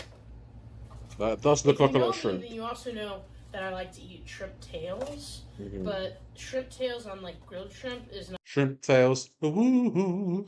not as good as if it is fried. These are more chewy than they are crispy. Get away. You want a company card? Yeah, but I mean, technically, we're self-employed, so having a company card is just our card. Oh, $300 a week. Oh. I'm ready to get the fuck out of this hotel. Wow, I really wish the macros were on every fucking thing. You get Sal a new pair of shoes. But they're not, so I guess so, Paolo. whatever. This is super heavy. Heavy. Some of this I'm not sure how I'm going to track in my app. There is a little AI feature that I can use in my app that'll give me a rough estimation of what it is that I'm Oh, don't use AI macro apps. They're shit. Like, honestly. AI macro apps, AI fitness trackers are terrible. Don't even bother. eating. I tend to only like to use that in moments There you go, where Mels. That's what I'm talking about. Whatever I don't spend from the company's per diem goes into my pocket. Oh, I've got $10 left. No, I don't. have no other choice because I'd rather have a rough That's going in my estimation breast. than a no estimation at all. For the most part, I really like to just measure everything out, put it in the app so I know exactly what it is that I'm taking in. But that AI feature, I'll probably end up using that tonight. Sometimes it's way off, sometimes it's on point, but like I said, it's, a friend of mine was like, I use it all the time to track my macros, and she's also trying to lose weight. Like, you should probably really be weighing stuff because AI is good for a little bit, right? It's Yeah. good like whenever you're in a pinch. Yeah, But I would be inclined to agree with that, but if you're wanting to use AI to track like proper macros, Will Kelly can put the card under his flap. He can, and then he'd lube it up for some reason. to rely on that solely, if you're really trying to be specific on your macros, you Maybe the company pays her per word in her videos. Yeah, that might be possible. Give yourself another dab for that, Paolo. want to measure and weigh and track each individual ingredient. You just do. Kind of like, if you were to take a picture of a burrito. As a writer, I get paid per word. So it's like In the event of the combobulation where the smimdibulation has a wiki wiki wacky woo, and then the person who does the shiplap, that's another $20 right there. With your the AI feature, like it can't tell what's in the burrito, so you have to really kind of deconstruct things. And like I said, it'll give you a rough estimation, and you can even put like an explanation of what's in there, and that'll help. But relying solely on AI to help track your food, it's either one of three things. You'll be under eating at the right amount, You could put a fucking house with that. Look at the size of that brick of watermelon. Jesus Christ. You can make a big Wendy house with that. or overeating. Alicia, please.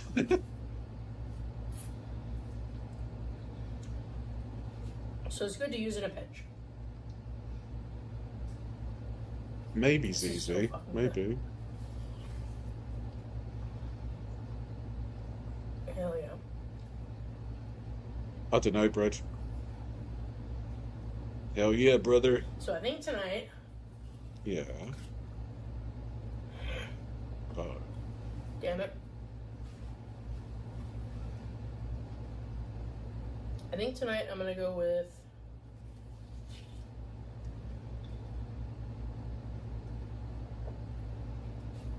I don't know. I don't even know. I'm not sure. Just pick something. Come on.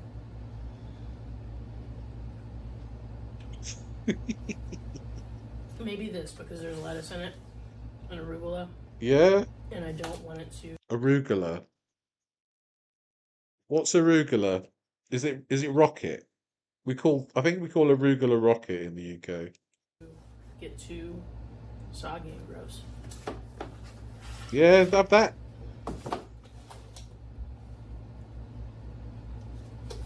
That's all I want. This smells good too. Well, if you ever go to Sprouts, Yeah. and you have favorite things that you like to get there Yeah. that are macro friendly, let me know. Mhm. If you've never been to Sprouts, Yeah, I've never been. Peppery lettuce, yeah. you should probably find one and just go inside. All right. Even if you don't spend any money, because I know obviously it's pricey. We've talked about that. Even if you don't spend Yes, I'd like 5 cinder blocks of watermelon, please. I'm building the foundation of a detached house. any money, go in and just look around. It's cute as fuck. Wow, I just took that entire brick of watermelon straight to the fucking head. You did. And I'd do it again. Oh, I also got this little steamer at Walmart to like cook my rice and my chicken in. It's already pre-cooked, but like to heat it up. I need to watch that. This is cute. It's like silicone or something. Yeah. I like it. It does look And nice. it's like the perfect little size. And it has like the little handles there. It's cute. Anyway, I'm gonna keep this up and Let's go. find something on the iPad to watch. All right. You guys been keeping up with that fucking Clancy trial? No. That's nuts, right? What's happening? I don't know. Anyway, thanks for watching. Kelly, bye. No, I can't let... No, I get cooties if women kiss me. Stop it. No. So, yes. Yeah, no, yes, no. No, no, yes. No. Yes.